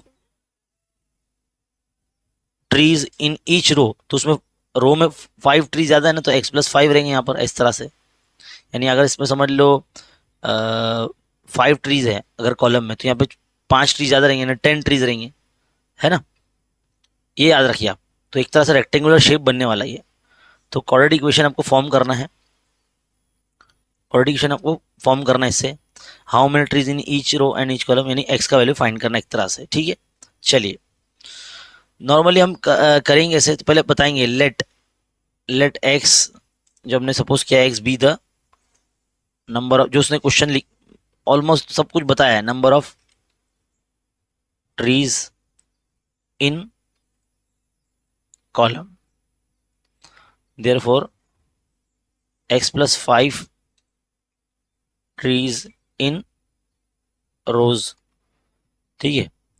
therefore total number of trees, total trees क्या होगा, एक्स इंटू एक्स प्लस 5 हो जाएगा, जो कि कितना दिया है, 150 ट्रीज दिया ना उनके गार्डन में। बस इसका नाम बदल के हमको दिया गया है, हमारा टेक्सचुअल क्वेश्चन ही है। वैसे भी क्वेश्चन नंबर 1 2 3 जो होते हैं ना, वो टेक्सचुअली होते हैं, बिल्कुल भी बाहर से नहीं होते हैं। तो चलो उसको कोऑर्डिनेशन फॉर्म करो, x into x x square plus 5 into x 5x is equal to 150। 150 को अब यहाँ लेकर आएंगे, एक क्वाड्रेटिक इक्वेशन फॉर्म करेंगे, x square plus 5x minus 150 equal to 0। अब 150 के आपको फैक्टर निकालने होंगे, है ना। तो आप लोग नॉर्मली 15 10 ही करेंगे, क्योंकि हमको गैप भी 5 का लाना है। देखो ये क्या है, 5 का गैप है ना, एक तरह से 5 का गैप है। तो दोनों में से कौन माइनस में रहेगा, छोटा नंबर माइनस में रहेगा। बस आपको इस तरह से x प्लस 15 और x माइनस 10 इक्वल टू 0 ऐसे कर देना है ना, डायरेक्टली, मतलब मैं आपको बता रहा हूँ। और फिर यहाँ पर 0 डिस्ट्रीब्यूट कर देना है, x प्लस 15 इक्वल टू 0 और x माइनस 10 इक्वल टू 0। तो x इज इक्वल टू हो जाएगा minus 15, x is equal to हो जाएगा प्लस 10। तो x is equal to minus 15 ये हम कंसिडर नहीं कर सकते, क्योंकि minus is not acceptable as the number of trees can not be negative, है ना, the number of trees can not be negative, therefore we consider x is equal to 10 in each column, the number of trees in each column is 10, है ना। therefore आप बताएंगे x is equal to 10 है ना, therefore in rows, एक minute,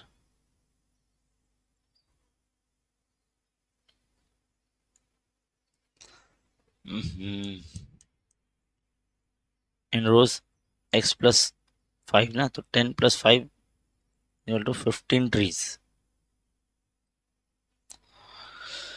इस तरह से आप बताएंगे। और उसका जो फ्लो चार्ट है वो कंप्लीट करेंगे, फ्लो चार्ट पूरा आपको बनाना पड़ेगा और उसको कंप्लीट करना पड़ेगा। इस तरह से बनाएंगे, the number of trees in each column is x, है ना। ये आप ऐसा बॉक्स बना देंगे, लिखने के बाद बॉक्स बना रहा देखो मैं, देन फिर एरो, फिर the number of trees in each row, जाएगा x+5, ये आप दूसरा बॉक्स बनाएंगे ऐसे, देन फिर आप एरो लगाएंगे, फिर वो टोटल नंबर ऑफ ट्रीज, तो x into x+5 rho into column को आप मल्टीप्लाई कर देंगे तब कि टोटल मालूम पड़ जाए। फिर नीचे इस तरह से क्वाड्रेटिक इक्वेशन फॉर्म करेंगे, नहीं क्वाड्रेटिक इक्वेशन मतलब जैसे उसने फ्लो चार्ट करने बोला है फॉर्म करेंगे, तो x इंटू एक्स प्लस, या डायरेक्टली आप ऐसा बता देंगे x² + 5x - 150, ये आपका इक्वेशन बन गया ऐसे। फिर आगे बढ़ेंगे तो वैल्यू ऑफ, सॉल्व करने के बाद ही पता चलेगा ना, तो x = 10, the value of x = 10, then फिर trees in each column, the trees in each column = 10, ऐसे आप बनाएंगे, समझे, ऐसे होगा, ठीक है। और लास्ट में इन ईच रो 15 हो जाएगा।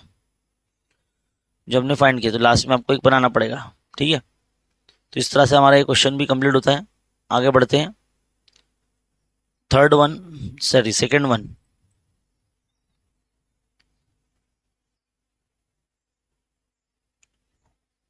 क्वेश्चन देखिए,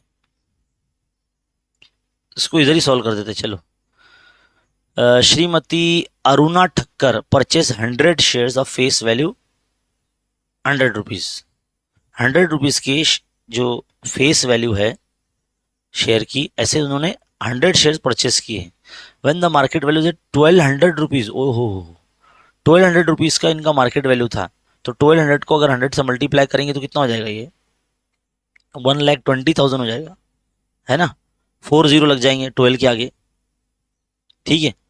she paid brokerage at the rate of 0.3%, 0.3% से इन्होंने ब्रोकरेज दिया है, तो पहले वो फाइंड करना पड़ेगा, वो यहाँ लिखना पड़ेगा ये बॉक्स में।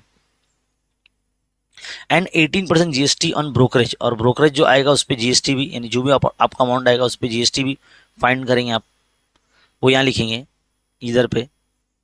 फिर total amount paid for 100 share, तो कितना पेड किया था, तो paid at the time of paid मतलब क्या करना होता है, ब्रोकरेज भी देना होता है, ऐड करना होता है टैक्सेबल अमाउंट में, और जीएसटी भी ऐड करना होता है ना। तो investment amount plus brokerage plus GST यहाँ पर हमारा आएगा, ठीक है।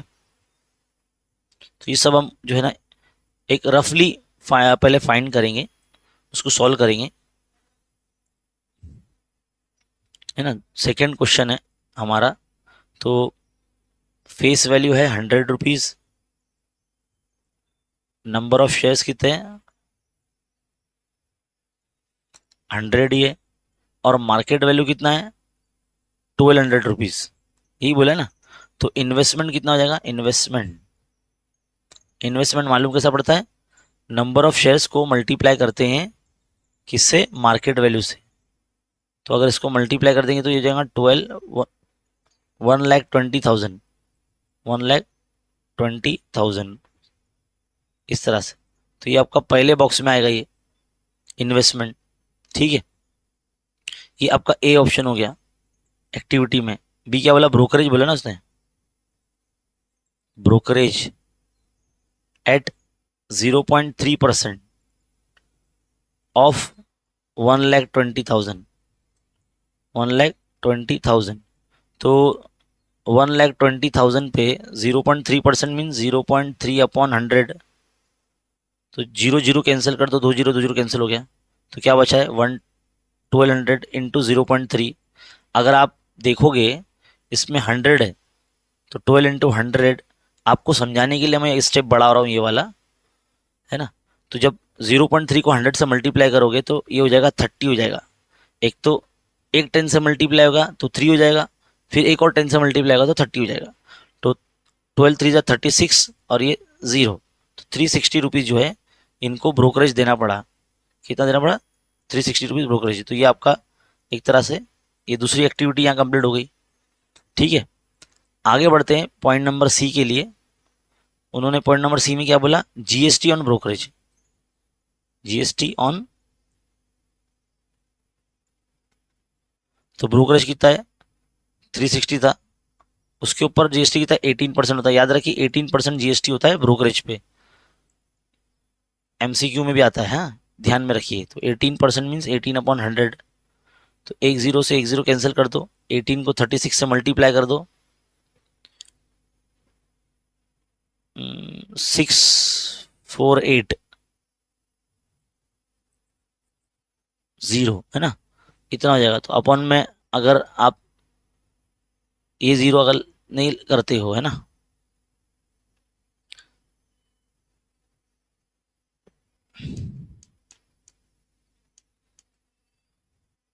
एक मिनट, पेन काम नहीं कर रही है।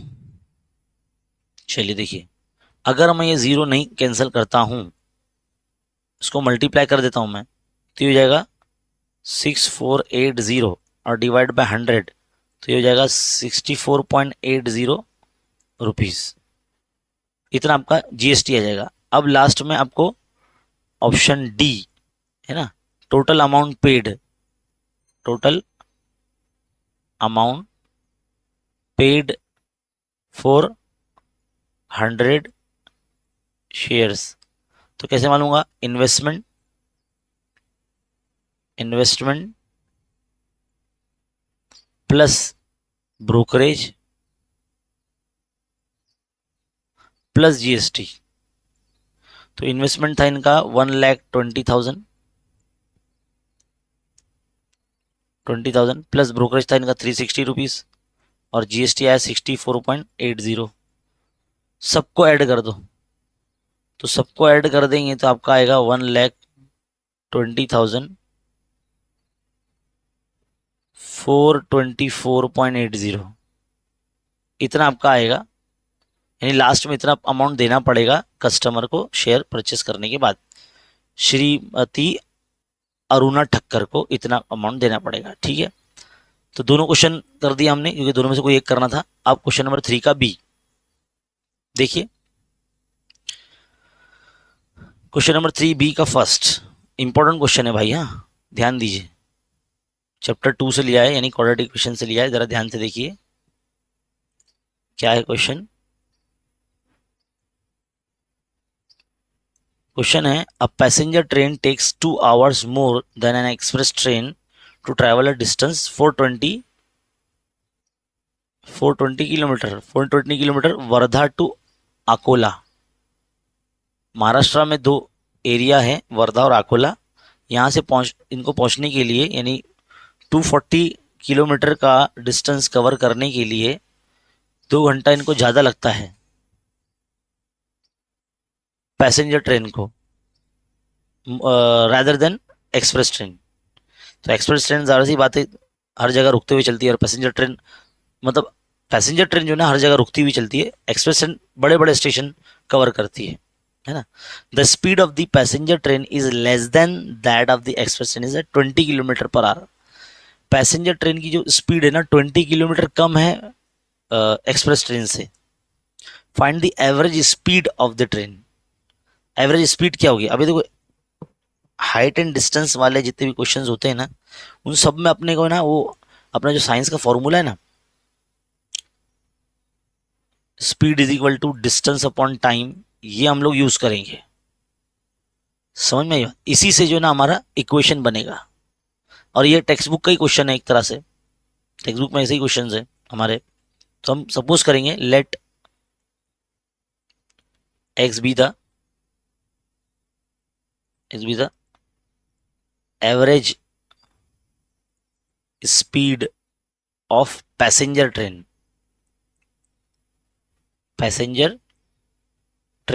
ठीक है, और तो उसकी स्पीड कितना है, the speed of the passenger train is less than, नहीं लेकिन पहले पहले तो हम बताएंगे कि उनका स्पीड क्या था स्टार्टिंग में। तो डिस्टेंस है 240 और स्पीड उनकी एक्स थी है ना, तो एक्स एस की जगह पे एक्स रख देंगे, एवरेज स्पीड, तो एक्स यहाँ रख देंगे तो टाइम यहाँ आ जाएगा। तो टाइम को हम यहाँ पे बाजू में कर लेते हैं, तो 240 डिवाइड बाय एक्स, ये उनका टाइम आ जाएगा। यानी इतना टाइम उनको लग रहा है 240 किलोमीटर का डिस्टेंस कवर करने के लिए।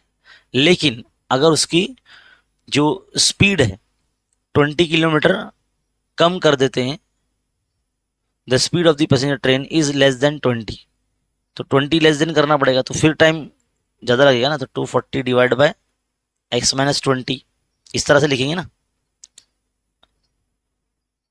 Train is less than express train. Express train कितना 20 फिर ज़्यादा लेगी, है कि नहीं। The speed of the passenger train is less than that the express train by 20 kilometre. तो ये पैसेंजर ट्रेन के लिए मैं बात कर रहा हूं मैं, ठीक है, -20 हो जाएगा। लेकिन अगर हम यहां देखेंगे कंडीशन, उसने कंपेयर किया है ना, the speed of the passenger train is less than that of the express train is by 20, find the average speed of the both the train. दोनों ट्रेन का मालूम करना है। तो पहले तो हमने समझ लो स्लो ट्रेन का मालूम कर लिया, यानी पैसेंजर ट्रेन का मालूम कर लिया। यहाँ जो हमने लिखा है, ये जो लिखा है हमने, ये समझ लो एक तरह से एक्सप्रेस ट्रेन के लिए है, एक्सप्रेस ट्रेन, क्योंकि वो 20 किलोमीटर उसकी स्पीड ज़्यादा है ना। तो इसमें उसने बोला है कि 2 आवर ज़्यादा लगता है अगर उसकी 20 किलोमीटर की स्पीड कम रहती है। तो हम उसको लिखेंगे कैसे। एक्सप्रेस ट्रेन जो है 240 किलोमीटर का जो डिस्टेंस कवर करती है, उसकी स्पीड, या एक्सप्रेस ट्रेन की अगर हम बात करें, एक्चुअल स्पीड जो पैसेंजर के हिसाब से, उसकी स्पीड 20 ज़्यादा है, तो वो 2 घंटा, है ना, कम लेगी। तो कम लेगी यानी 2 घंटा हम माइनस कर देंगे। लेकिन क्वेश्चन आप ध्यान से पढ़िए, अब passenger train takes 2 hour more than the express train to travel a distance 240 kilometer from Wardha to Akola. The speed of the passenger train is less than that of an express train by 20 kilometre. 2 घंटा जो है वो ज़्यादा लेती है। तो हम कैसे लिखेंगे, अगर उसकी स्पीड जो है 240 डिवाइड बाई एक्स, 2 घंटा ज़्यादा लेगी ना, तो 2 प्लस कर देंगे। कब उसकी अगर स्पीड कम रहेगी, तो यहाँ पे माइनस हमारा सही था, है ना, ये जो माइनस जो था हमारा वो सही था, ठीक है। अब यहाँ इसको सॉल्व करेंगे, अभी हम लोग जो है इसको सॉल्व करेंगे, देखते क्या आंसर आता है। इक्वेशन एक तरह से हमारी बन चुकी है, इसको यहाँ ले लो आप माइनस में, तो 240 divide by x minus 240 divide by x minus 20 equal to 2, इस तरह से इसको सॉल्व करते हैं। 240 में एक काम करता हूँ मैं, कॉमन निकाल लेता हूँ, तो ये अपन 1/x माइनस 1/x माइनस 20 ऐसा हो जाएगा, इक्वल टू 2। तो ये क्रॉस मल्टीप्लाई अगर इसमें हो जाएगा, तो x माइनस 20 माइनस एक्स बन जाए x upon x into x minus 20, ये हो गया। और ये 2 के अपॉन में 240 यहाँ पे आ जाएगा, मल्टीप्लाई वाली चीज़ डिवाइड में आ गई, तो ये हो जाएगा एक तरह से 120, है ना। और ये माइनस एक्स प्लस एक्स गया, यहाँ पे आएगा -20 upon x square minus 20x, ऐसे आ रही है, ठीक है। अब यहाँ क्रॉस मल्टीप्लाई करेंगे तो -20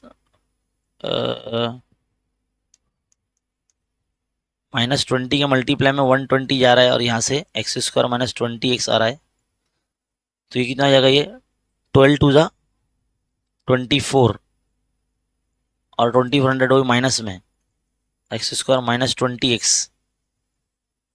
अब इक्वेशन फॉर्म हो चुकी है, x square minus 20x plus 2400, यहाँ ले लिए, इधर 0 बचा, ठीक है।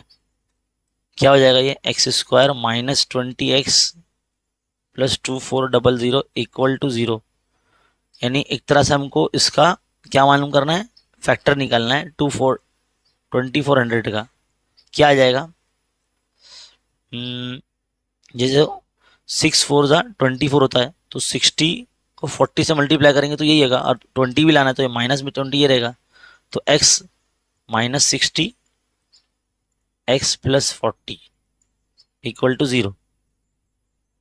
तो यहाँ पर अगर हम 0 डिस्ट्रीब्यूट करेंगे तो पैसेंजर ट्रेन का स्पीड आ जाएगा 60 किलोमीटर, और किसी भी ट्रेन का स्पीड माइनस में नहीं हो सकता, तो हम ये कंसिडर नहीं करेंगे, ये कंसिडर करेंगे, ठीक है। तो हमारा जो स्पीड है, average speed of the passenger train is 60 kilometre per hour, है ना। Therefore the average speed of passenger train is 60 kilometre per hour.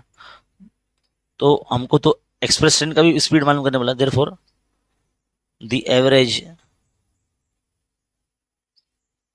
Average speed of express train, तो उसका क्या था 20 किलोमीटर, उसकी स्पीड ज़्यादा थी पैसेंजर से, क्योंकि पैसेंजर की स्पीड जो है 20 किलोमीटर कम थी, है ना। तो यहाँ पर x प्लस 20 अगर हम करेंगे तो कितना हो जाएगा 60 प्लस 20, यानी ये हो जाएगा 80 kilometre per hour, 80 kilometre per hour उसकी स्पीड हो जाएगी। इस तरह से यहाँ पर आपका ये क्वेश्चन का सोल्यूशन कंप्लीट होगा। तो यहाँ पर वो हमारा साइंस का फॉर्मूला लगा है, speed is equal to distance upon time, उसी बेस पर जो है ना इक्वेशन फॉर्म होगी। अब ये इक्वेशन कैसे बनाई गई आपने देखा। आगे बढ़ते हैं हमारे नेक्स्ट क्वेश्चन की तरफ। नेक्स्ट क्वेश्चन है क्रैमर्स रूल, आपका favourite Cramer's rule. Cramer's rule तो आना कंफर्म है, एग्जाम में रहेगा ही रहेगा, उसके बिना पेपर या कंप्लीट ही नहीं होता पेपर। तो पहले तो आपको डिटर्मिनेंट फाइंड कर लेना पड़ेगा। तो जो इक्वेशन है जो आपको दिया है, तो पहले लिख लो 5x plus 3y is equal to minus 11, ये पहला इक्वेशन है। दूसरा है आपका 2x प्लस 2x, यानी ये 4x हो जाएगा ना, तो 4x plus 4y is equal to minus 10, equation number 2 हो जाएगा। तो बस डिटरमिनेंट डी पहले निकालेंगे, तो 5 4 3 4, तो 4 4 ज़ा 20 माइनस 4 3 ज़ा 12, तो ये हो जाएगा 8। अब डी एक्स कैसे फाइंड करेंगे, एक्स वाले टर्म नहीं, नंबर्स नहीं लिखे जाएंगे, एक्स की कोएफिशिएंट नहीं लिखे जाएंगे, क्या लिखे जाएगा माइनस 11 और माइनस 10, 3 और 4 वैसे रहेंगे। तो 11 4 ज़ा माइनस 44 माइनस 30, तो कितना हो जाएगा माइनस 44 प्लस 30, कितना हो जाएगा, ये बचेगा 14 माइनस में ना, माइनस 14, ठीक है।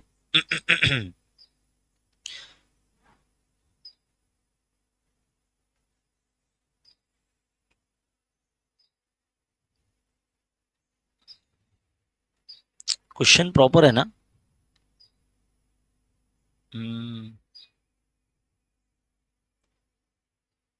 ठीक है, चलिए अब डी वाई निकालेंगे। डी वाई में वाई वाले टर्म नहीं रहेंगे, यानी 5 और 4 सेम रहेंगे, माइनस 11 और माइनस 10 ऐसे रहेंगे। तो माइनस 50 माइनस माइनस 44, तो माइनस 50 माइनस माइनस प्लस 44, तो ये हो जाएगा 6 आ जाएगा। बस एक्स का वैल्यू मालूम करो, डी एक्स बाई डी, तो माइनस 14 डिवाइड बाई 8, तो 2 4 ज़ा 8, 2 7 ज़ा, तो माइनस 7/4 आ रहा है यहाँ पर, एक्स का वैल्यू फ्रैक्शन में आ रहा है, और y is equal to d y by d, तो डी वाई कितना है आपका 6/8, 2 4 ज़ा 8, 2 3 ज़ा, तो 3/4 आ रही है। तो x की वैल्यू जो है ना फ्रैक्शन में आ रही है, ठीक है। यहाँ पे 2x प्लस 2x था ना, इसलिए 4x प्लस 4y इधर बना है, इसलिए इस तरह से क्वेश्चन बन रहा है। अब बढ़ते हैं आगे नेक्स्ट क्वेश्चन की तरफ। देखिए, the sum of the first n terms of an AP,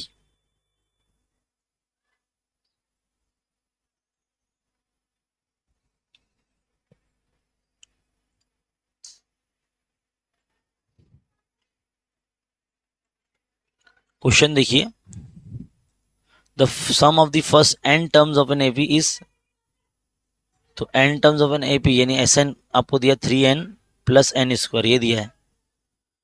find number a the first term and the sum of the first two terms, यानी फर्स्ट टर्म यानी t1 और फर्स्ट टू टर्म का सम यानी t1 plus t2, यानी first two term का सम बोला है, मतलब t1 प्लस t2 मालूम करना है ना एक तरह से। तो Sn से हमको t1 प्लस t2 कैसे मालूम पड़ेगा? अब ये देखो ओल्ड कॉन्सेप्ट से लिया गया है ये क्वेश्चन, आपके टेक्स्ट बुक में ये कॉन्सेप्ट जो है ना बताया नहीं गया है। अगर आप देखते हैं, मैं आपको बताता हूँ, मैं देखो एक फॉर्मूला होता है Tn is equal to Sn minus Sn minus 1, ये आपका फॉर्मूला होता है, ठीक है। तो पहले आपको Sn मालूम करना पड़ेगा, जो कि Sn दिया है। तो Sn माइनस 1 क्या होगा आपका? Sn माइनस 1 क्या होगा पहले वो आपको मालूम करना पड़ेगा, ठीक है। तो पहले देखो मैं यहाँ क्या करता हूँ, Sn पहले लिख देता हूँ यहाँ पर, इधर से n कॉमन निकाल लेता हूँ, तो यहाँ पे क्या बचेगा 3 प्लस n, है ना, ये बचेगा ना, 3 प्लस n बचेगा ना ये Sn का। या तो इसको ऐसे रहने देते हैं,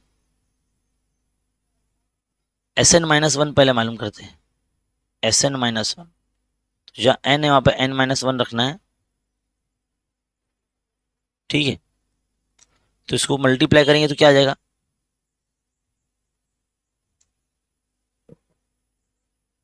क्या आ जाएगा ये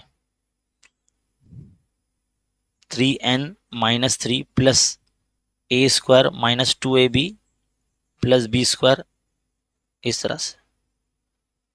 तो ये इसका आंसर मिलेगा हमको 3n में से 2n गया तो n बचेगा, n स्क्वायर पहले लिख लेंगे, फिर सिर्फ एक n बचेगा प्लस n, और माइनस 3 प्लस 1 तो ये हो जाएगा प्लस 2, सॉरी माइनस माइनस 2 हो जाएगा, इस तरह से। ये आपका मिलेगा Sn माइनस 1, और आपका ये क्या था, Sn क्या था, ये फॉर्मूला हम लगाएंगे तो ताकि हमको Tn मालूम हो सके। तो Sn माइनस Sn माइनस 1 करेंगे, तो Sn क्या ये आपका, जिसको मैंने एक शॉर्टकट में कर लिया था ना शायद, 3 ब्रैकेट नहीं नहीं 3 ब्रैकेट नहीं, n n कॉमन निकाला था, तो यहाँ आया था 3 प्लस n आया था। तो चलो लिख देते हैं n ब्रैकेट 3 प्लस n, और ये n square plus n minus 2, एक तरह से उसको मल्टीप्लाई करना ही पड़ रहा है ना, तो मैं तो बोलता हूँ कोई ज़रूरत ही नहीं उसकी वैसे रखने की, जैसा है वो वैसे ही रखते हैं उसको, है ना, जैसा है वैसे ही रखते हैं। तो क्या है वो 3n प्लस n स्क्वायर, तो देखो ये plus n square minus n square गया, 3n और एक n कितना जाएगा, ये 4n हो जाएगा, और माइनस 2, तो आपका ये हो जाएगा Tn आ गया आपका, ये क्या गया Tn आ गया आपका। अब फर्स्ट टर्म अगर आपको मालूम करना है तो n की यहाँ पे 1 रख दो, तो T1 is equal to 4 into 1 minus 2, यानी 4 का 4 माइनस 2 यानी 2 आ जाएगा आपका आंसर। T1 कितना आ जाएगा, 2 आ जाएगा आपका, है ना। द फर्स्ट टर्म बोला उसने फाइंड करने, तो ए ऑप्शन आपका आ गया, फर्स्ट टर्म आ गया, sum of the first two term, तो पहले एक और टर्म मालूम करना पड़ेगा, यानी सेकेंड टर्म भी मालूम करना पड़ेगा। तो एन की यहाँ पे रखो 2, 4 टू द 8 माइनस 2 यानी हो जाएगा 6, है ना। तो sum of first two term, second third term भी बोला उसने, सेकेंड थर्ड बी क्या बोला है, सेकेंड थर्ड टर्म और 15th टर्म भी बोला है, तो थर्ड टर्म भी निकालना पड़ेगा। तो थर्ड टर्म निकालने के लिए 4 इंटू 3 माइनस 2, तो 4 3 ज़ा 12 माइनस 2 यानी कितना हो जाएगा 10 हो जाएगा ये। और 15th टर्म मालूम करने के लिए एन की यहाँ पे 15th रख दो, तो 4 इंटू 15 माइनस 2, 60 माइनस 2 यानी कितना हो जाएगा ये 58 हो जाएगा, है कि नहीं। 4n माइनस 2 है ना, तो n के यहाँ पे 15 टर्म निकाल रहे हैं हम लोग, तो 15th टर्म भी हमने निकाल लिया, तो आ गया आपका 15th टर्म भी आ गया, थर्ड टर्म भी आ गया। Sum of first two term बोला ना उसने, सम ऑफ फर्स्ट टू टर्म कैसा आएगा, दोनों को आप ऐड कर देना, फर्स्ट टू टर्म का भी एडिशन बोला ना उसने क्वेश्चन में, T1 प्लस T2 क्या हो जाएगा 2 प्लस 6 यानी 8 हो जाएगा। यहाँ पर हमारा क्वेश्चन फिनिश। तो इस तरह से क्वेश्चन करना है। आगे है नंबर 4।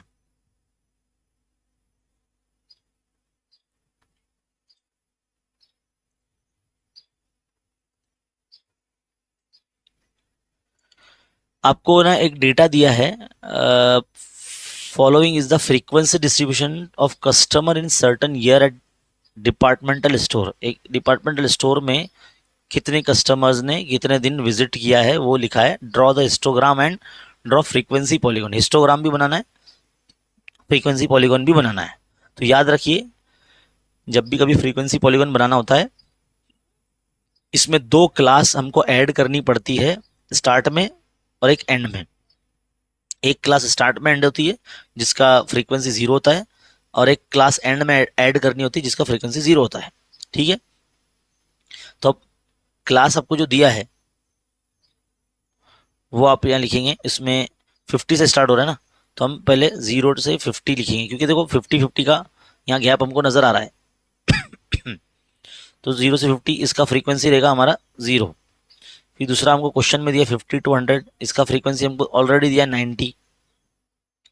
फिर अगला क्या है, 100 to 150 है, इसका कितना दिया है फ्रीक्वेंसी 98। ठीक है, फिर उसके बाद है 150 से 200, इसका कितना फ्रीक्वेंसी है 138 है।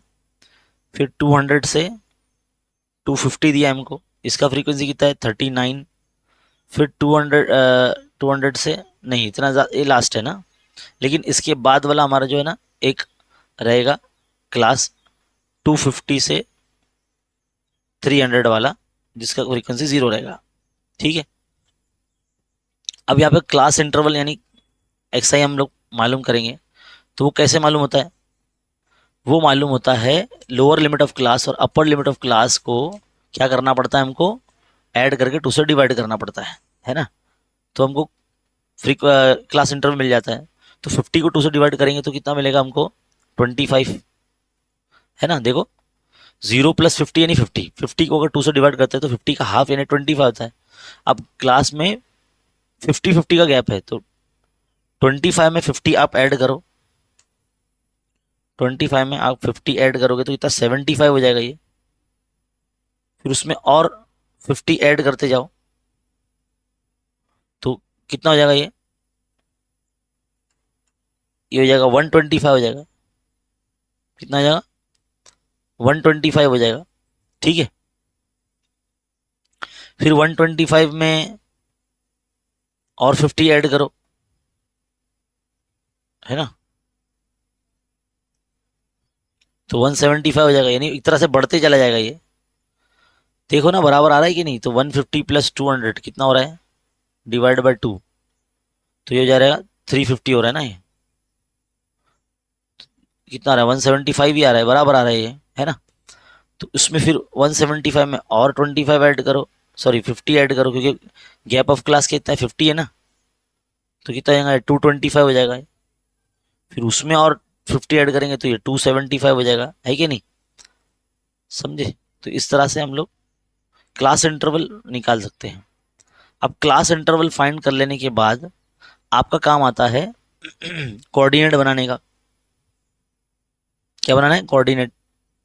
तो कोऑर्डिनेट बनेंगे कैसे, जो एक्स आई का कॉलम है वो एक्स की पोजीशन पे आएगा, और जो एफ का कॉलम है वो वाई की पोजीशन पे आएगा। तो 25,0, 75,90, है ना, 125,98। वैसे ये कॉलम बनाना नहीं पड़ेगा क्योंकि आपको फ्री हिस्टोग्राम बोल दिया इसने, तो हिस्टोग्राम के मिडिल पॉइंट ही आप ज्वाइन करके उसका फ्रीक्वेंसी पॉलीगॉन बना सकते हैं। सिर्फ फ्रीक्वेंसी पॉलीगॉन बोलेगा तो इस तरह का टेबल बनाना है जैसे मैं बना रहा हूँ। तो 175, 138, 138 है हाँ, फिर 225, 39, फिर 275, 0। इस तरह से आपको करना है। ठीक है, तो बस आप बार डायग्राम खड़े कर देना, यानी क्लास जो आपकी आएगी एक्स एक्सिस पे आएगी, और जो फ्रीक्वेंसी आएगी आपकी वो वाई एक्सिस पे आएगी। डिस्टेंस अपने हिसाब से ले लेना, समझ लो कि एक्स एक्सिस पे ना 2 सेंटीमीटर का गैप लेना, 2-2 बॉक्स का गैप लेना,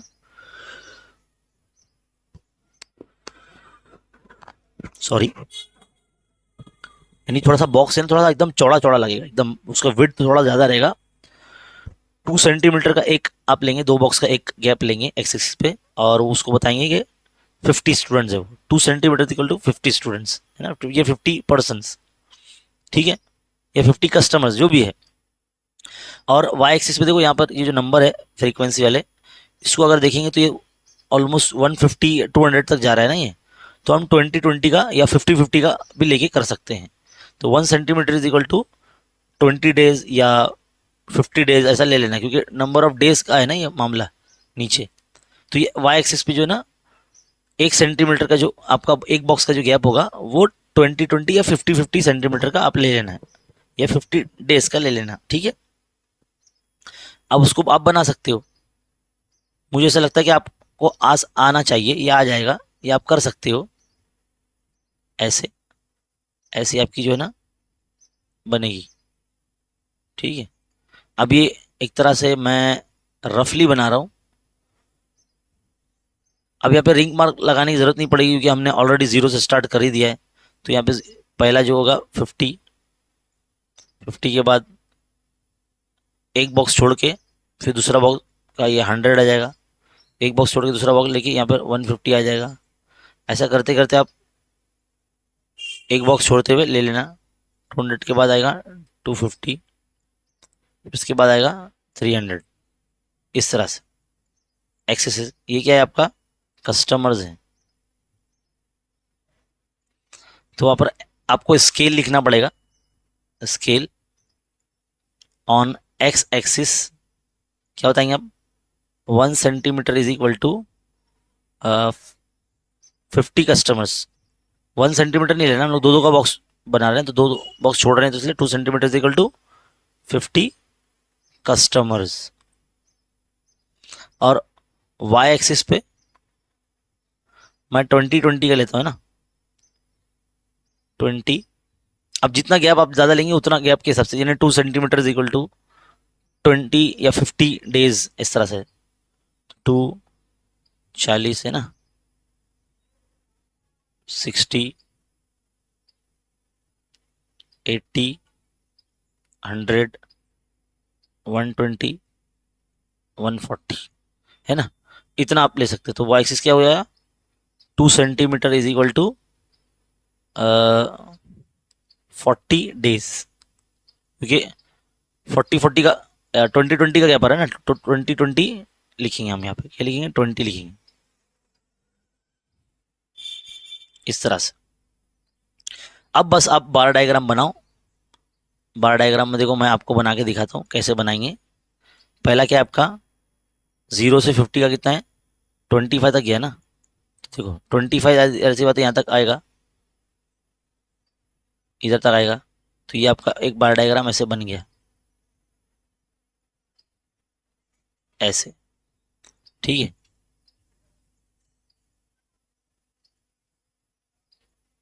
इसको मैं कॉपी कर लेता हूँ।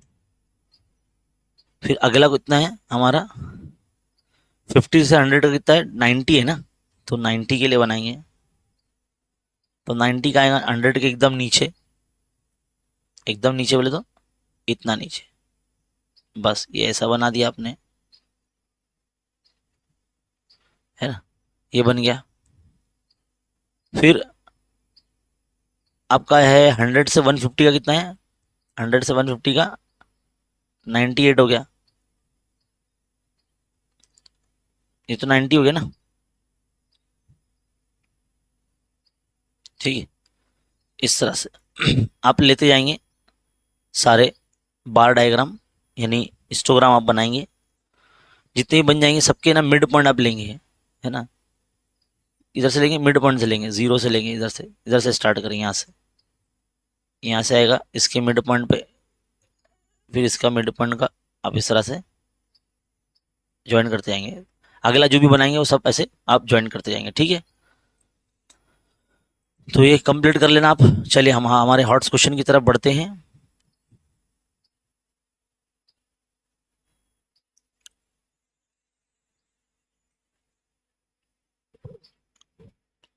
हॉट्स क्वेश्चन देखिए क्या है हमारा, the product of 4 consecutive natural number is 11,880। Chapter 2 से है।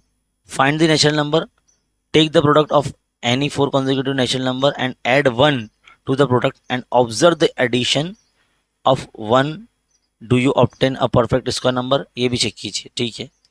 हॉट्स क्वेश्चन है, टेक्सचुअल का नहीं है, ये out of the text book है, बट हमारे सिलेबस पर बेस्ड है। तो कॉन्जिक्यूटिव नेचुरल नंबर क्या होते हैं पहले आपको ये पता होना चाहिए। देखो अलजेब्रा में कॉन्जिक्यूटिव नेचुरल नंबर समझ लो x, x plus 1, x plus 2, x plus 3, ये आपके कॉन्जिक्यूटिव नेचुरल नंबर्स हैं। तो ये 4 नंबर मैंने ले लिए। Suppose let x, x plus 1, x plus 2, x plus 3 be the 4 consecutive natural numbers.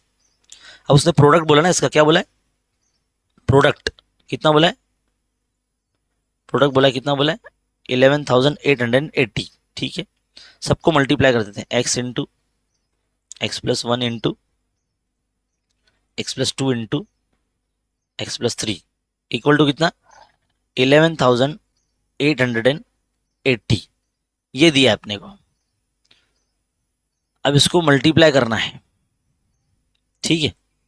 मैं ना इन दोनों को मल्टीप्लाई करता हूँ पहले, जिनको मैंने येलो कलर से दिखाया है। फिर मैं जो है ना इन दोनों को मल्टीप्लाई करूँगा बाद में। तो इसको पहले बाजू में लिखते हैं, एक्स इंटू एक्स प्लस 3। फिर क्योंकि सारे मल्टीप्लाई में हैं तो हम इसको आगे पीछे लिख सकते हैं, ठीक है। इसको अगर मल्टीप्लाई करेंगे तो क्या आएगा, तो x into x, x square plus 3x, एक हो गया ब्रैकेट। अब यहां देखिए इन दोनों को मल्टीप्लाई करेंगे तो क्या बनेगा, x into x, x square है ना, प्लस एक्स इंटू 1x और 2x को ऐड करेंगे तो 3x प्लस 2 1 जा 2 है ना, इस तरह से बनेगा। तो इसको हम इस तरह से ब्रैकेट में बना सकते हैं।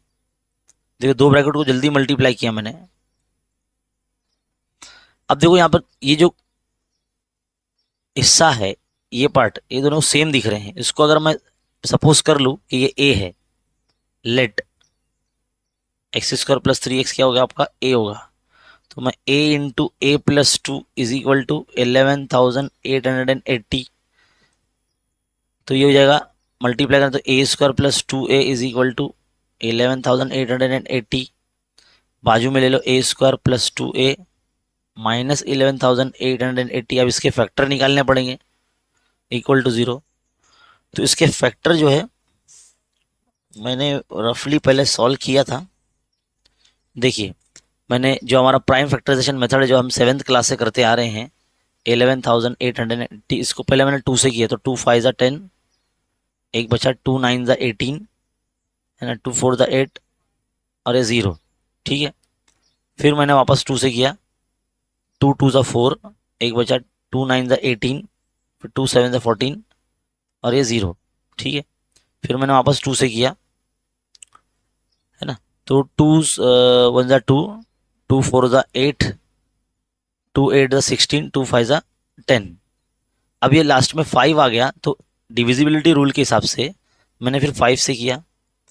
5 2 जा 10, 4 बचा तो 48 हो गया। 5 9 जा 45, 3 बचा, 5 7 जा 35 ना। फिर इस तरह से मैंने 3 से किया तो 3 9 जा 27, एक बचा 2 बचा, फिर 27 हो गया तो 3 9 जा 27। अब 99 है तो मैंने 11 से कर दिया, तो 11 9 जा 99, फिर 9 1 जा 9, इस तरह से मैंने कर दिया। अब फैक्टराइजेशन तो मैंने निकाल, लेकिन हमको 2 फैक्टर नहीं मिले ना अभी तक। तो ये जो नंबर्स है 2 into 2 into 2 into 5 into 3 into 11 into 9, तो हम लोग क्या करेंगे,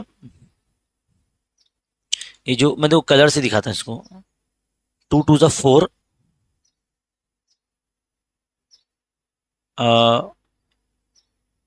4 3 जा 12, 12 9 जा 108 है ना। और फिर इसको अलग कलर से दिखाता हूँ मैं, 2 5 जा 10 और 10 इंटू 11 110। तो अगर आप देखेंगे इन सब का मल्टीप्लिकेशन, ये हो जाएगा 108, और इनका जो मल्टीप्लिकेशन है वो जाएगा 10110।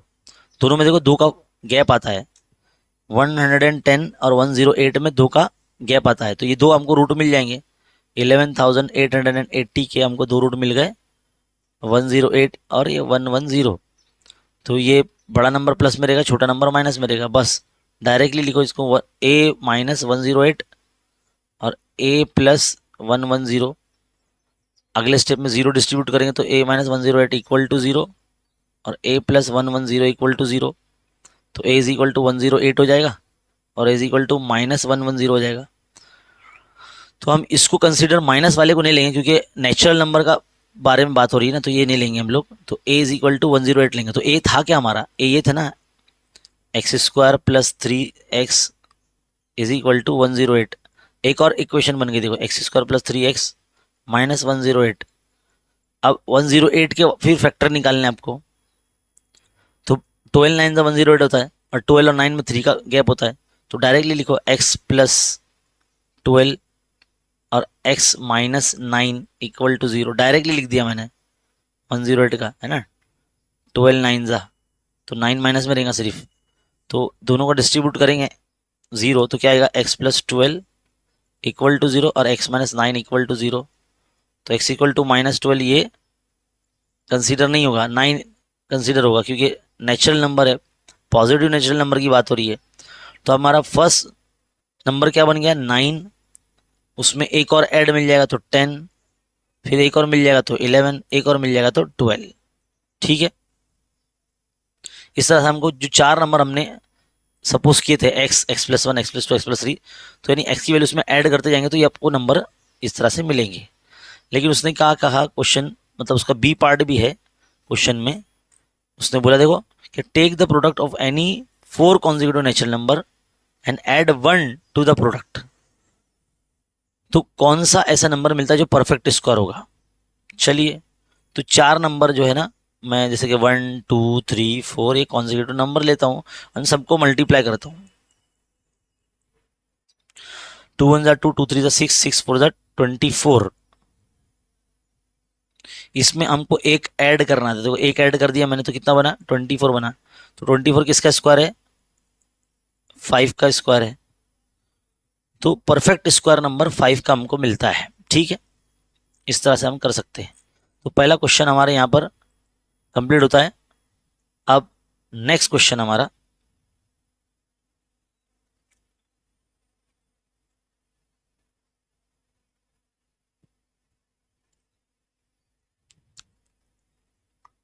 नेक्स्ट क्वेश्चन देखिए, next hot question, monthly hostel charges in a college comprises of two parts.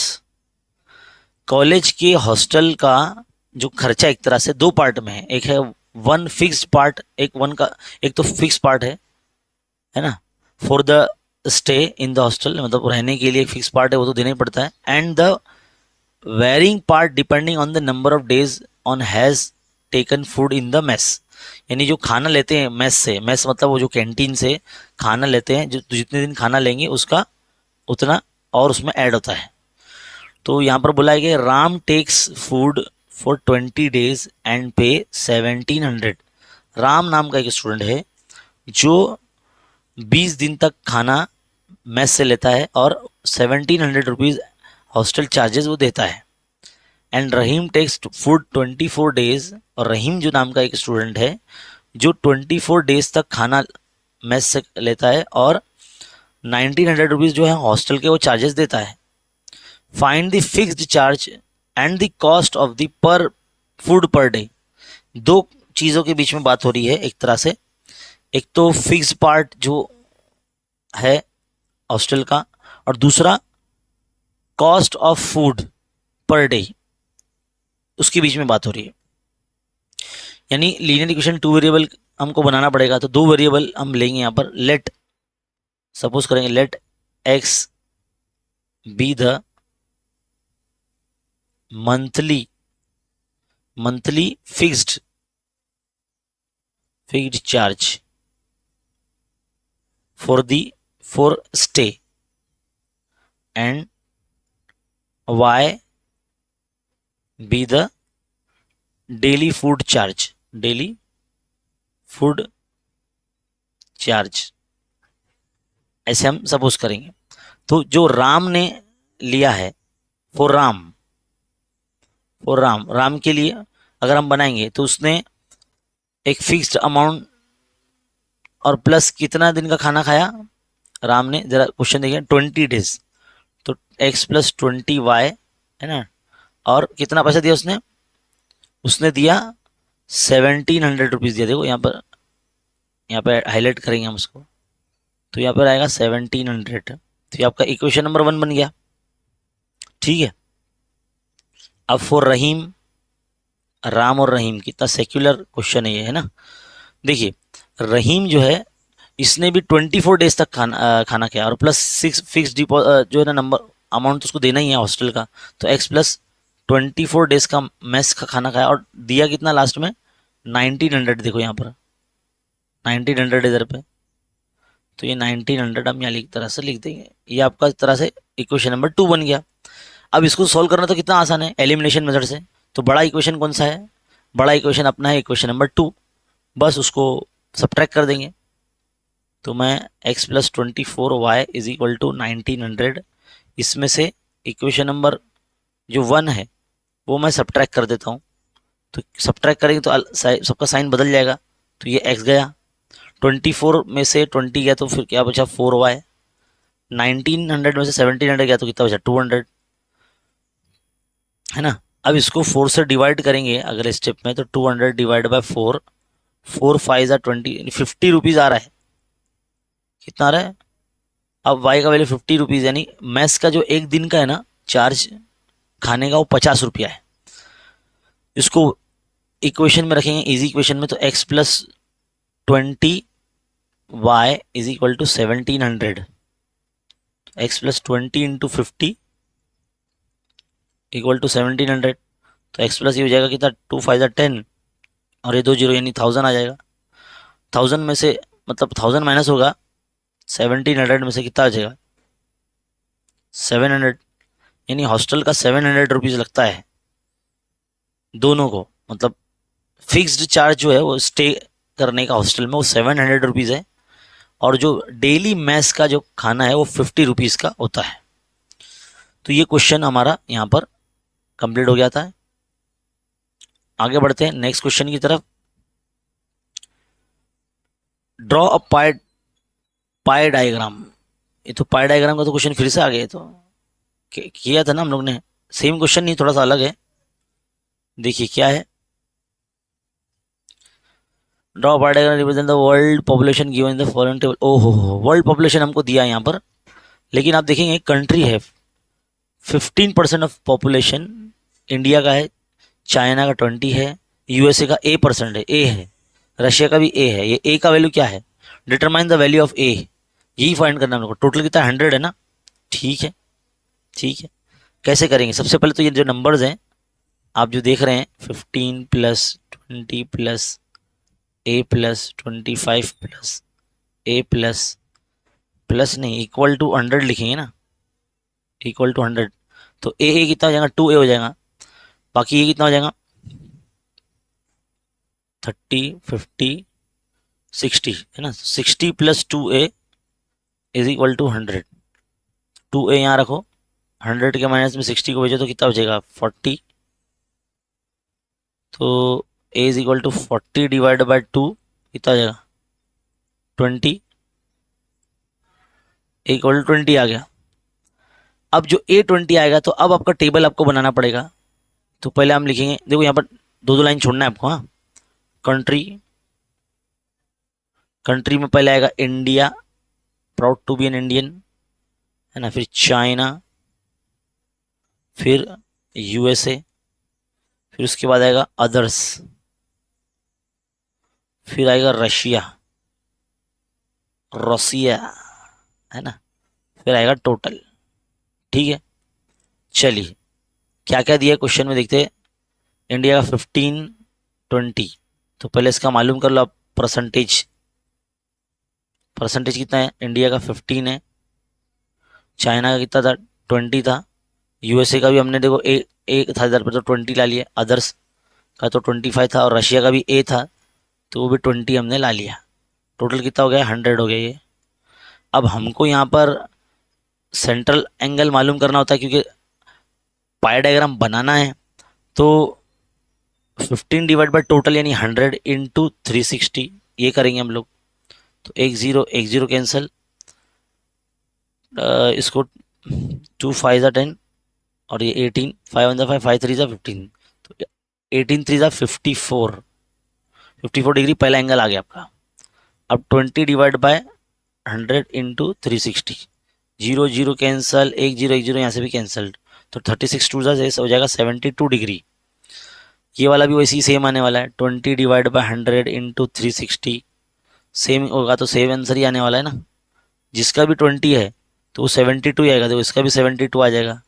हाँ, इसका करना पड़ेगा अपने को 25 डिवाइड बाय 100 इंटू 360, 25 वन ज़ा 25, 25 4 ज़ा 100 है ना, 4 9 ज़ा 36, तो ये 90 आ जाएगा। ये खत्म, सारे एंगल आ गए। बस 5 सेंटीमीटर का सर्कल बनाओ और उसमें जैसे मैंने इससे पहले क्वेश्चन बताया ना, बिल्कुल वैसे ही सॉल्व करना है।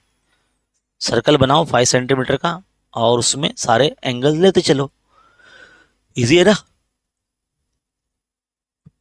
चलिए बढ़ते हैं आगे नेक्स्ट क्वेश्चन की तरफ, क्वेश्चन नंबर 5।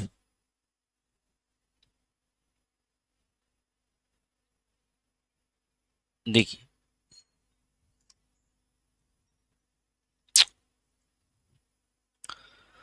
क्वेश्चन है, a car valued 4 lakh rupees was purchase by mister Makadia, mister Makadia, Makadia बोल सकते हैं ना, मिस्टर मकादिया जो है, इन्होंने एक कार ली थी 4 लाख रुपीज की इन 1 जनवरी 2010। कब ली थी, 1 जनवरी 2010 को। The value of the cars dis depreciated depreciates every year by 25,000। अरे बाप रे, हर साल उसका जो रेट है 25,000 कम होता जाता है। At the beginning of the year the value of car will be zero. अच्छा, अच्छा कौन से ईयर में उसका वैल्यू जीरो हो जाएगा, कौन से ईयर में वैल्यू जीरो हो जाएगा। अब ये चैप्टर 3 देखो, यहाँ तो फिलहाल चैप्टर का नोटेशन दिया है कि भाई ये चैप्टर 3 से, लेकिन क्वेश्चन पढ़ने पर समझ में कैसे आएगा कि किस चैप्टर का क्वेश्चन है ना। टोटल वैल्यू दिया है 4 लाख रुपीज का। एक तरह से कस्टमर ने जब कार परचेस किया होगा तो 4 लाख रुपीज पूरा दिया होगा, यानी उसका पहला इंस्टॉलमेंट तो दे रहा नहीं है, वो डायरेक्टली दे रहा है, तो 4 लाख है ना, 4 लाख रुपीज उसका पहला अमाउंट है ना। और उसकी जो वैल्यू है हर साल 25,000 कम होती जाती है ना। डेप्रिशिएट्स बोला है ना, डेप्रिशिएट मतलब कम होती है, तो डी है आपका ये, यानी ए और डी आपको दिया है, हर साल इतना कम हो रही है। तो इसी से मुझे समझ में आ गया कि एपी का है, चैप्टर 3 का है। तो उसने बोला है कि कौन से साल में उसका वैल्यू जीरो हो जाएगा, यानी nth टर्म जो ना, जो जीरो हमको समझ लो दिया है, तो कौन साल में, यानी n का वैल्यू हमको फाइंड करना है, समझे। तो हम टी एन का फॉर्मूला लगाएंगे, T N is equal to A plus N minus 1 into d. T n की यहाँ पे रख दो जीरो, ए आपका है 4 लाख है ना, प्लस एन आपका मालूम नहीं है, डी जो आपका माइनस में 25,000 है, ठीक है। अब क्या करेंगे आप यहाँ पर, ये चलने दो इसको जीरो, ये 4 लाख भी फिलहाल चलने दो इसको इस तरह से, इसको 25 से मल्टीप्लाई कर देंगे 25,000 से, तो ये जाएगा 25,000 एन, फिर प्लस 25,000 1 ज़ा 25,000, इस तरह से। अब क्या हो जाएगा, 4 लाख में ये 25,000 मिला दो तो 4,25,000 रहेगा, 4,25,000 माइनस ये 25,000 एन, और इक्वल टू 0, तो ये इसको यहाँ ले लो, माइनस से इधर पे जाएगा, प्लस में आ जाएगा, तो ये हो जाएगा +25,000। n is equal to 4,25,000। n मालूम करना है आपको, तो 4,25,000 के डिवाइड में 25,000 है कि नहीं, इस तरह से आ जाएगा। तो अभी इसको ऐसे से नहीं काट देना, 25,000 है 25,000, ऐसा नहीं कैंसिल होता ये 4,25,000 है ना। तो कैसे जाएगा ये, 3 0 तो कैंसिल हो ही सकते हैं, है ना। तो हम लोग कैंसिल करेंगे इसको 5 से करते, 5 5 5 8 फिर 5 5 25, 5 1 5, 5 1 5, 5 7 35, तो 17 यानी 17 साल के बाद जो है ना उस कार का वैल्यू जो है ना वो 0 हो जाएगा। क्या हो जाएगा, 0। कार का वैल्यू क्या हो जाएगा, 0 हो जाएगा। ठीक है, क्वेश्चन था आसान, लेकिन पूछने का उसका अंदाज जो था ना थोड़ा सा डिफरेंट था। ठीक है, लास्ट क्वेश्चन देखिए, लास्ट क्वेश्चन। ठीक है, देखिए, a coin is thrown, a die is rolled simultaneously. देखो, जब भी बोला जाए प्रोबेबिलिटी क्वेश्चन है, let x be the sample space, let S be the sample space, ये लाइन लिखना भूलना नहीं। अब एस में लिखना है आपको, एक कॉइन और एक डाइज साथ में रोल किया गया है, तो जाहिर सी बात है कितने आउटकम्स आएंगे, H,1 H,2 H,3 H,6 तक लिखेंगे, है ना डायरेक्टली। तो पहले H,4 है ना, H,5 H,6, फिर आएगा T,1 T,2 T,3 T,4 T,5 T,6, इस तरह से। तो टोटल कितने हो रहे हैं, और नंबर ऑफ आउटकम्स 12 हो रहे हैं यहाँ पर। अब क्वेश्चन पढ़ेंगे। ए, इवेंट ए क्या है आपका, to get a tail on a coin and a number less than equal to 3, यानी टेल भी आ रहा है और अपर फेसेस पे जो उसके ना डाई के नंबर जो है 3 तक भी जा रहा है, 3 से छोटा भी आ रहा है, यानी ये टेल पूरे, ये पूरे आएंगे सब। यानी ए में आएगा आपका T,1 T,2 और T,3, यानी इनकी डाई का है कॉइन का नंबर वो लेस देन इक्वल टू 3 है। लेस देन इक्वल टू 3 का मतलब था 3 के इक्वल और 3 से छोटे भी, ऐसा है। तो ये आपका एन ऑफ ए हो गया। कितना हो जाएगा एन ऑफ ए आपका, वो हो जाएगा 3। तो इसका प्रोबेबिलिटी क्या आ जाएगा, n of A divide by N of S. ठीक है, 3/12, तो 1/4 आ गया ये, है ना। सेकेंड बी क्या बोला इसने, बी इवेंट का क्या बोला है, टू गेट अ हेड और टेल, यानी हेड भी और टेल भी on the coin and number divisible by 2 और 3। 2 से डिविजिबल नंबर भी लिखना है, 3 से डिविजिबल नंबर भी लिखना है अपर फेसेस पे। ठीक है, तो यहां से आपको देख के लिखेंगे। तो 2 और 3 से डिविजिबल नंबर तो 2 3 4 6, तो 2 3 4 6 एच के साथ और टेल के साथ दोनों के साथ लिखना है, समझे। तो आप लिखेंगे 2 3 4 6, ये हेड के साथ हो गया। अब टेल के साथ 2 3 4 6, कितने हो गए ये, एन ऑफ बी के जो जाएंगे आपके 8 हो जाएंगे। कितनी पॉसिबिलिटीज हो जाएंगी यहाँ पे, 8 हो जाएगी। अब इसका प्रोबेबिलिटी मालूम करो, P of B is equal to N of B divide by N of S. तो 8 डिवाइड बाय 12, 4 2 जा 4 3 जा, तो 2/3 आपका प्रोबेबिलिटी आ गया, खत्म, फिनिश, गया। ये जो है ना हमारा पेपर यहाँ पर कंप्लीट होता है। तो आई होप आपको बहुत अच्छी तरीके समझ में आया, मैंने बहुत ही आराम आराम से करवाया है, और आई होप आपने इसको स्टार्ट टू एंड पूरा लगातार देखा है। इसी तरह के पेपर सोल्यूशन आपको चैनल पे मिलते रहेंगे। पहली बात तो वीडियो को लाइक कर दीजिए अगर आपने यहाँ तक देखा है तो इसको, और इसको शेयर भी कर दीजिए। चैनल पर नए तो चैनल को सब्सक्राइब जरूर कर दीजिए। मिलते हैं अगले लाइव क्लास में। थैंक यू, शुक्रिया।